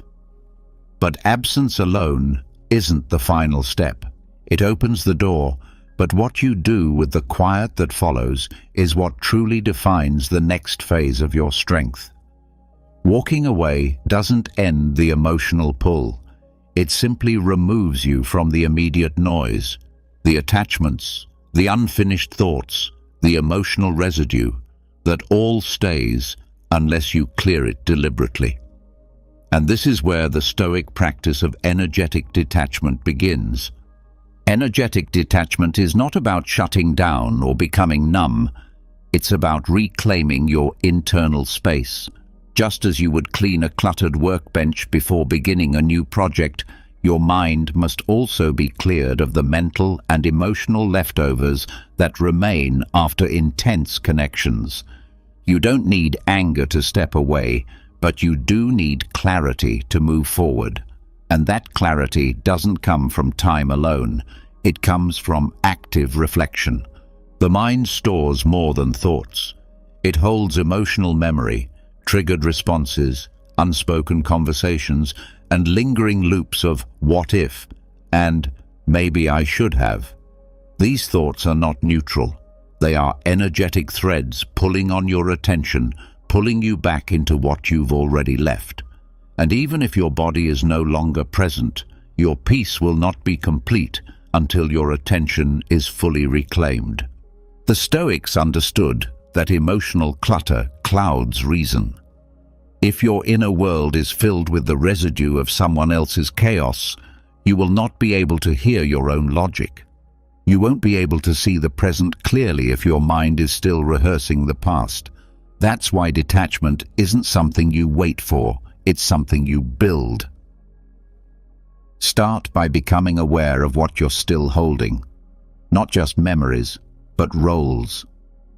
Are you still trying to be the one who was right, the one who cared more, the one who never gave up? These identities feel noble, but they're often tied to the ego, not to peace. Letting go of the role doesn't mean what you did wasn't real. It means you no longer need it to prove your value. The truth remains, even when you no longer carry the story. Clearing the inner table means questioning your emotional habits. Are you still replaying conversations that already happened? Are you still checking in on someone mentally every day, wondering if they're thinking about you, if they miss you, if they understand now what you meant then? These questions are subtle forms of reattachment. They keep your energy tied to someone else's emotional process, and that's no longer your task. The discipline here is in choosing what gets your attention. Not everything that calls for your energy deserves it. Not every memory needs revisiting. Not every thought is useful. The Stoics spoke often about the discipline of assent, the practice of deciding which thoughts to accept and which to reject. Just because a thought enters your mind doesn't mean it's yours to keep. You can acknowledge it without following it. Emotional detachment is not coldness, it's warmth turned inward. It's choosing to focus your care on the parts of yourself that need rebuilding. The time, the peace, the creativity that were paused while your energy was tied to someone else's inconsistency. That energy now belongs to your growth, your work, your purpose. But you can't access it fully until you let go of what's still taking up space. Sometimes what clutters your inner world isn't memory, it's fantasy. The imagined version of how things could have gone, the potential they once showed, the apology you still hope will come. These are the mental scripts that keep you stuck, not because they're evil, but because they're unfinished. But not all stories get a clean ending. Sometimes the only closure is realizing that no closure is coming, and deciding to move on anyway. Letting go of the story is one of the hardest parts of detachment. We don't just grieve people, we grieve the versions of ourselves we were with them. We grieve the future we were attached to. But grief is not a signal to go back. It's the process of freeing yourself from the weight of what could have been. You release this weight through small, consistent actions. You begin to limit how much space this person or dynamic takes in your mind. You stop checking their social media. You stop rewriting the past to make it easier to digest. You stop rehearsing comebacks or imaginary reconciliations. Not out of bitterness, but out of discipline. Because every moment you spend in mental rehearsal is a moment not spent living the life in front of you. You also redirect your focus to things that strengthen you. Read something that makes you think differently. Build routines that bring clarity to your day. Connect with people who energize you instead of drain you. Let your world expand beyond the emotional pattern that once consumed it. Energetic detachment includes forgiving yourself for what you tolerated. It includes giving yourself compassion for staying longer than you should have, for explaining more than they deserved, for believing when there was no evidence. You don't need shame to change. You need understanding. You didn't fail. You were learning. Now you know better, so now you'll do better. This inner cleanup doesn't need to be loud. You don't need to make declarations. You don't need to announce your detachment. You live it in how you use your time, how you protect your attention, how you treat your emotional space like something sacred. You act as someone who no longer leaks energy into unreciprocated stories. You'll know you're clearing the table effectively when your triggers soften, when the thought of them no longer creates emotional spikes, when your body no longer tenses at the mention of their name, when silence becomes comfortable, not a space to fill. That's when your energy begins returning to you, not all at once, but slowly, steadily, in waves of clarity. You will feel moments of grief. That's part of it. But grief without reattachment is progress. Feel it, then release it. Don't analyze it. Don't turn it into another project. Just witness it and let it pass. Like clouds in the sky, your emotions don't need solving. They need space. Sometimes you'll feel tempted to re-engage, to reach out, to see if maybe now things could be different. But ask yourself, is this curiosity or is it emotional residue? Is this love or is it habit? Is this growth or just an echo of the pattern you already left? The mind will search for closure until you teach it that closure comes from within. Not from their response, not from their apology, but from your own choice to stop carrying what is no longer yours. You give yourself closure by no longer living in reference to someone else's behavior. This is where peace grows, not in control, not in revenge, but in discipline. In the daily practice of reclaiming your space, redirecting your thoughts, honoring your boundaries, and living your life based on present reality, not past emotion. Energetic detachment is not something you wait to feel. It's something you build. One decision at a time, one mental shift at a time, one act of clarity followed by another. And over time, what once consumed you becomes something you barely remember. Not because you erased it, but because you've filled the space with something more honest, yourself. You become whole again, not because the past changed, but because you no longer need it to. You've cleared the table, you've made space for clarity, and now your soul can reason freely, steadily, without interference, without noise, with the quiet strength that comes from truly letting go. After clearing your inner space and reclaiming the energy you once poured into others, what often remains is the urge to make sense of it all. You've stepped away, healed, detached, and regained clarity. But now your mind looks back, less emotionally, more curiously. And what it wants to know is this: who was that person really? Were they cruel? Were they selfish? Were they broken? Were they trying at all? It's tempting to give them a title: villain, manipulator, narcissist, something that explains the pain, something that justifies your decision.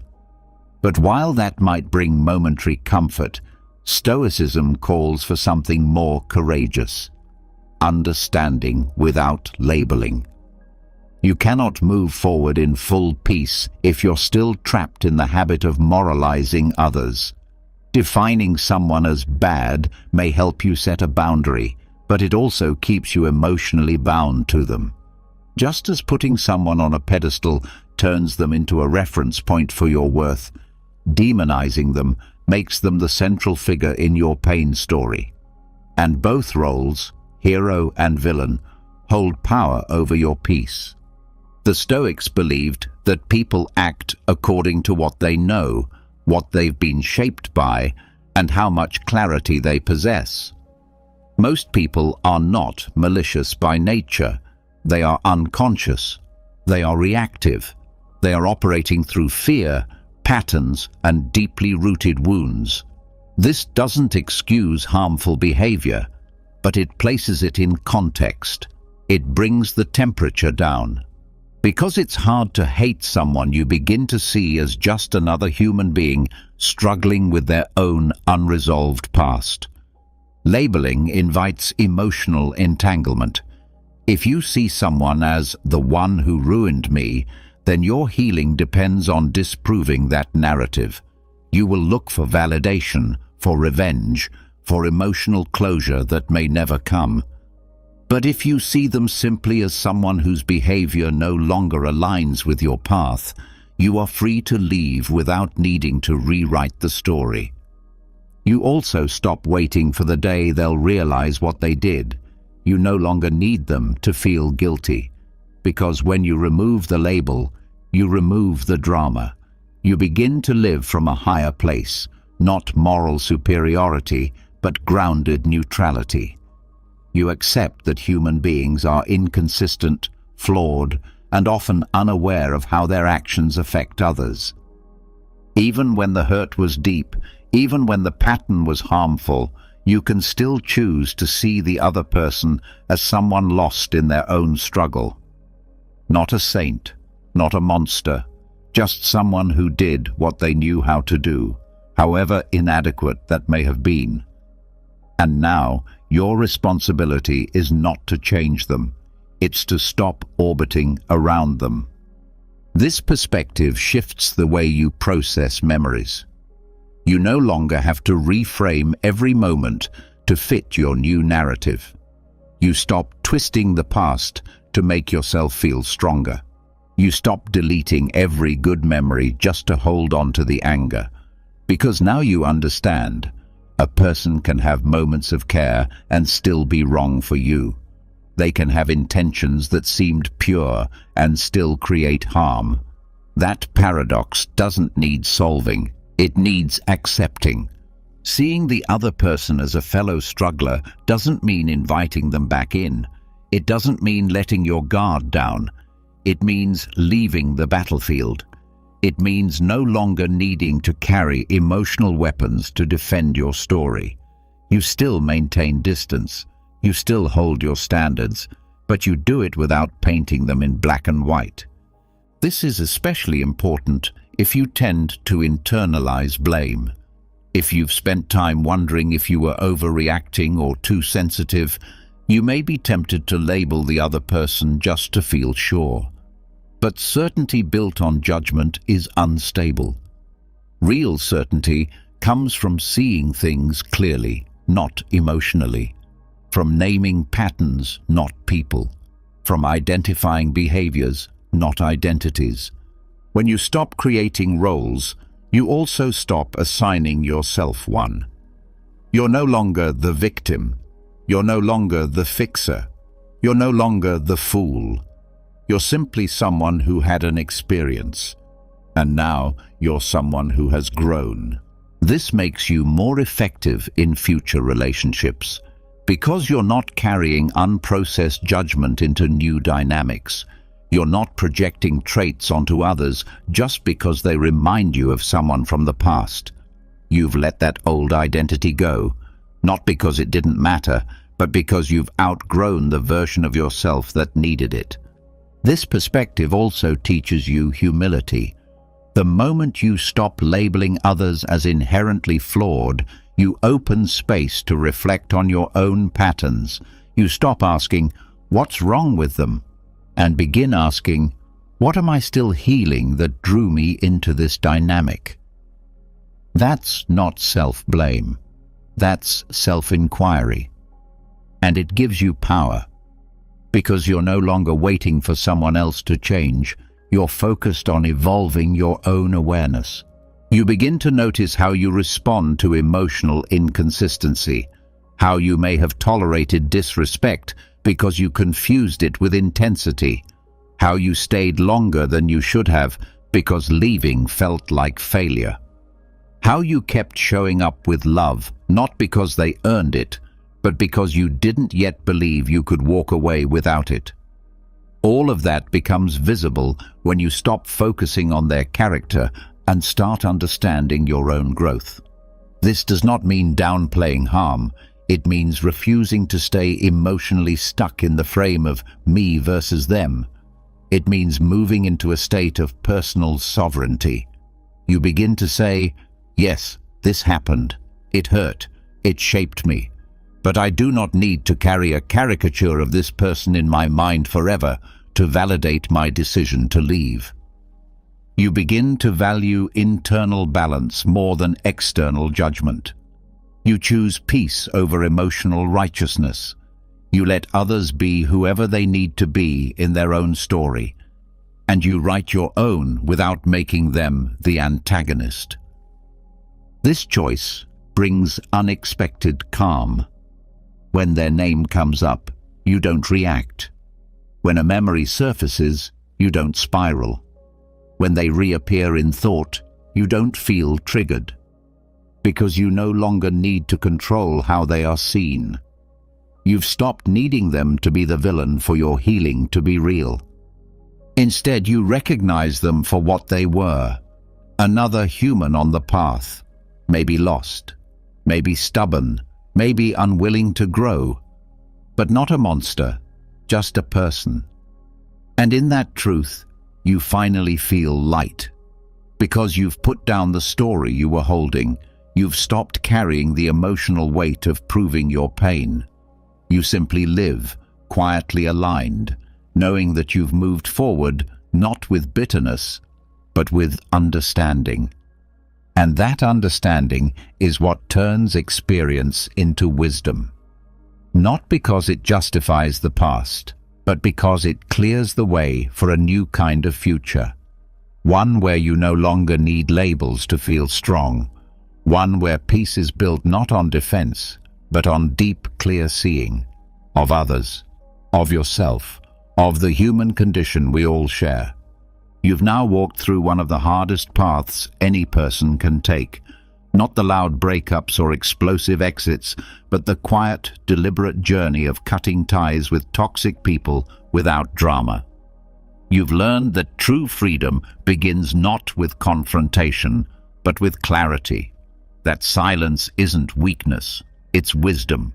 That peace doesn't come from being understood by others, but from staying loyal to your own principles. You've discovered how to withdraw emotionally before walking away physically. You've seen the power of compassion without compromise, and how setting small boundaries can build a life of calm. You've trained your mind to rehearse conflict without falling into it. You've let go of guilt, of roles you were never meant to play, of emotional clutter that no longer serves you. And most importantly, you've learned that you don't need a villain to become free. You only need truth. This journey isn't about becoming cold. It's about becoming clear. Clear enough to know what you'll no longer accept, what you won't explain again, and what you'll release with dignity. So now, I want to hear from you. Drop a comment below and write, "I choose peace." Let it be your quiet declaration. Let it mark the beginning of your next chapter, one shaped not by reaction, but by reason.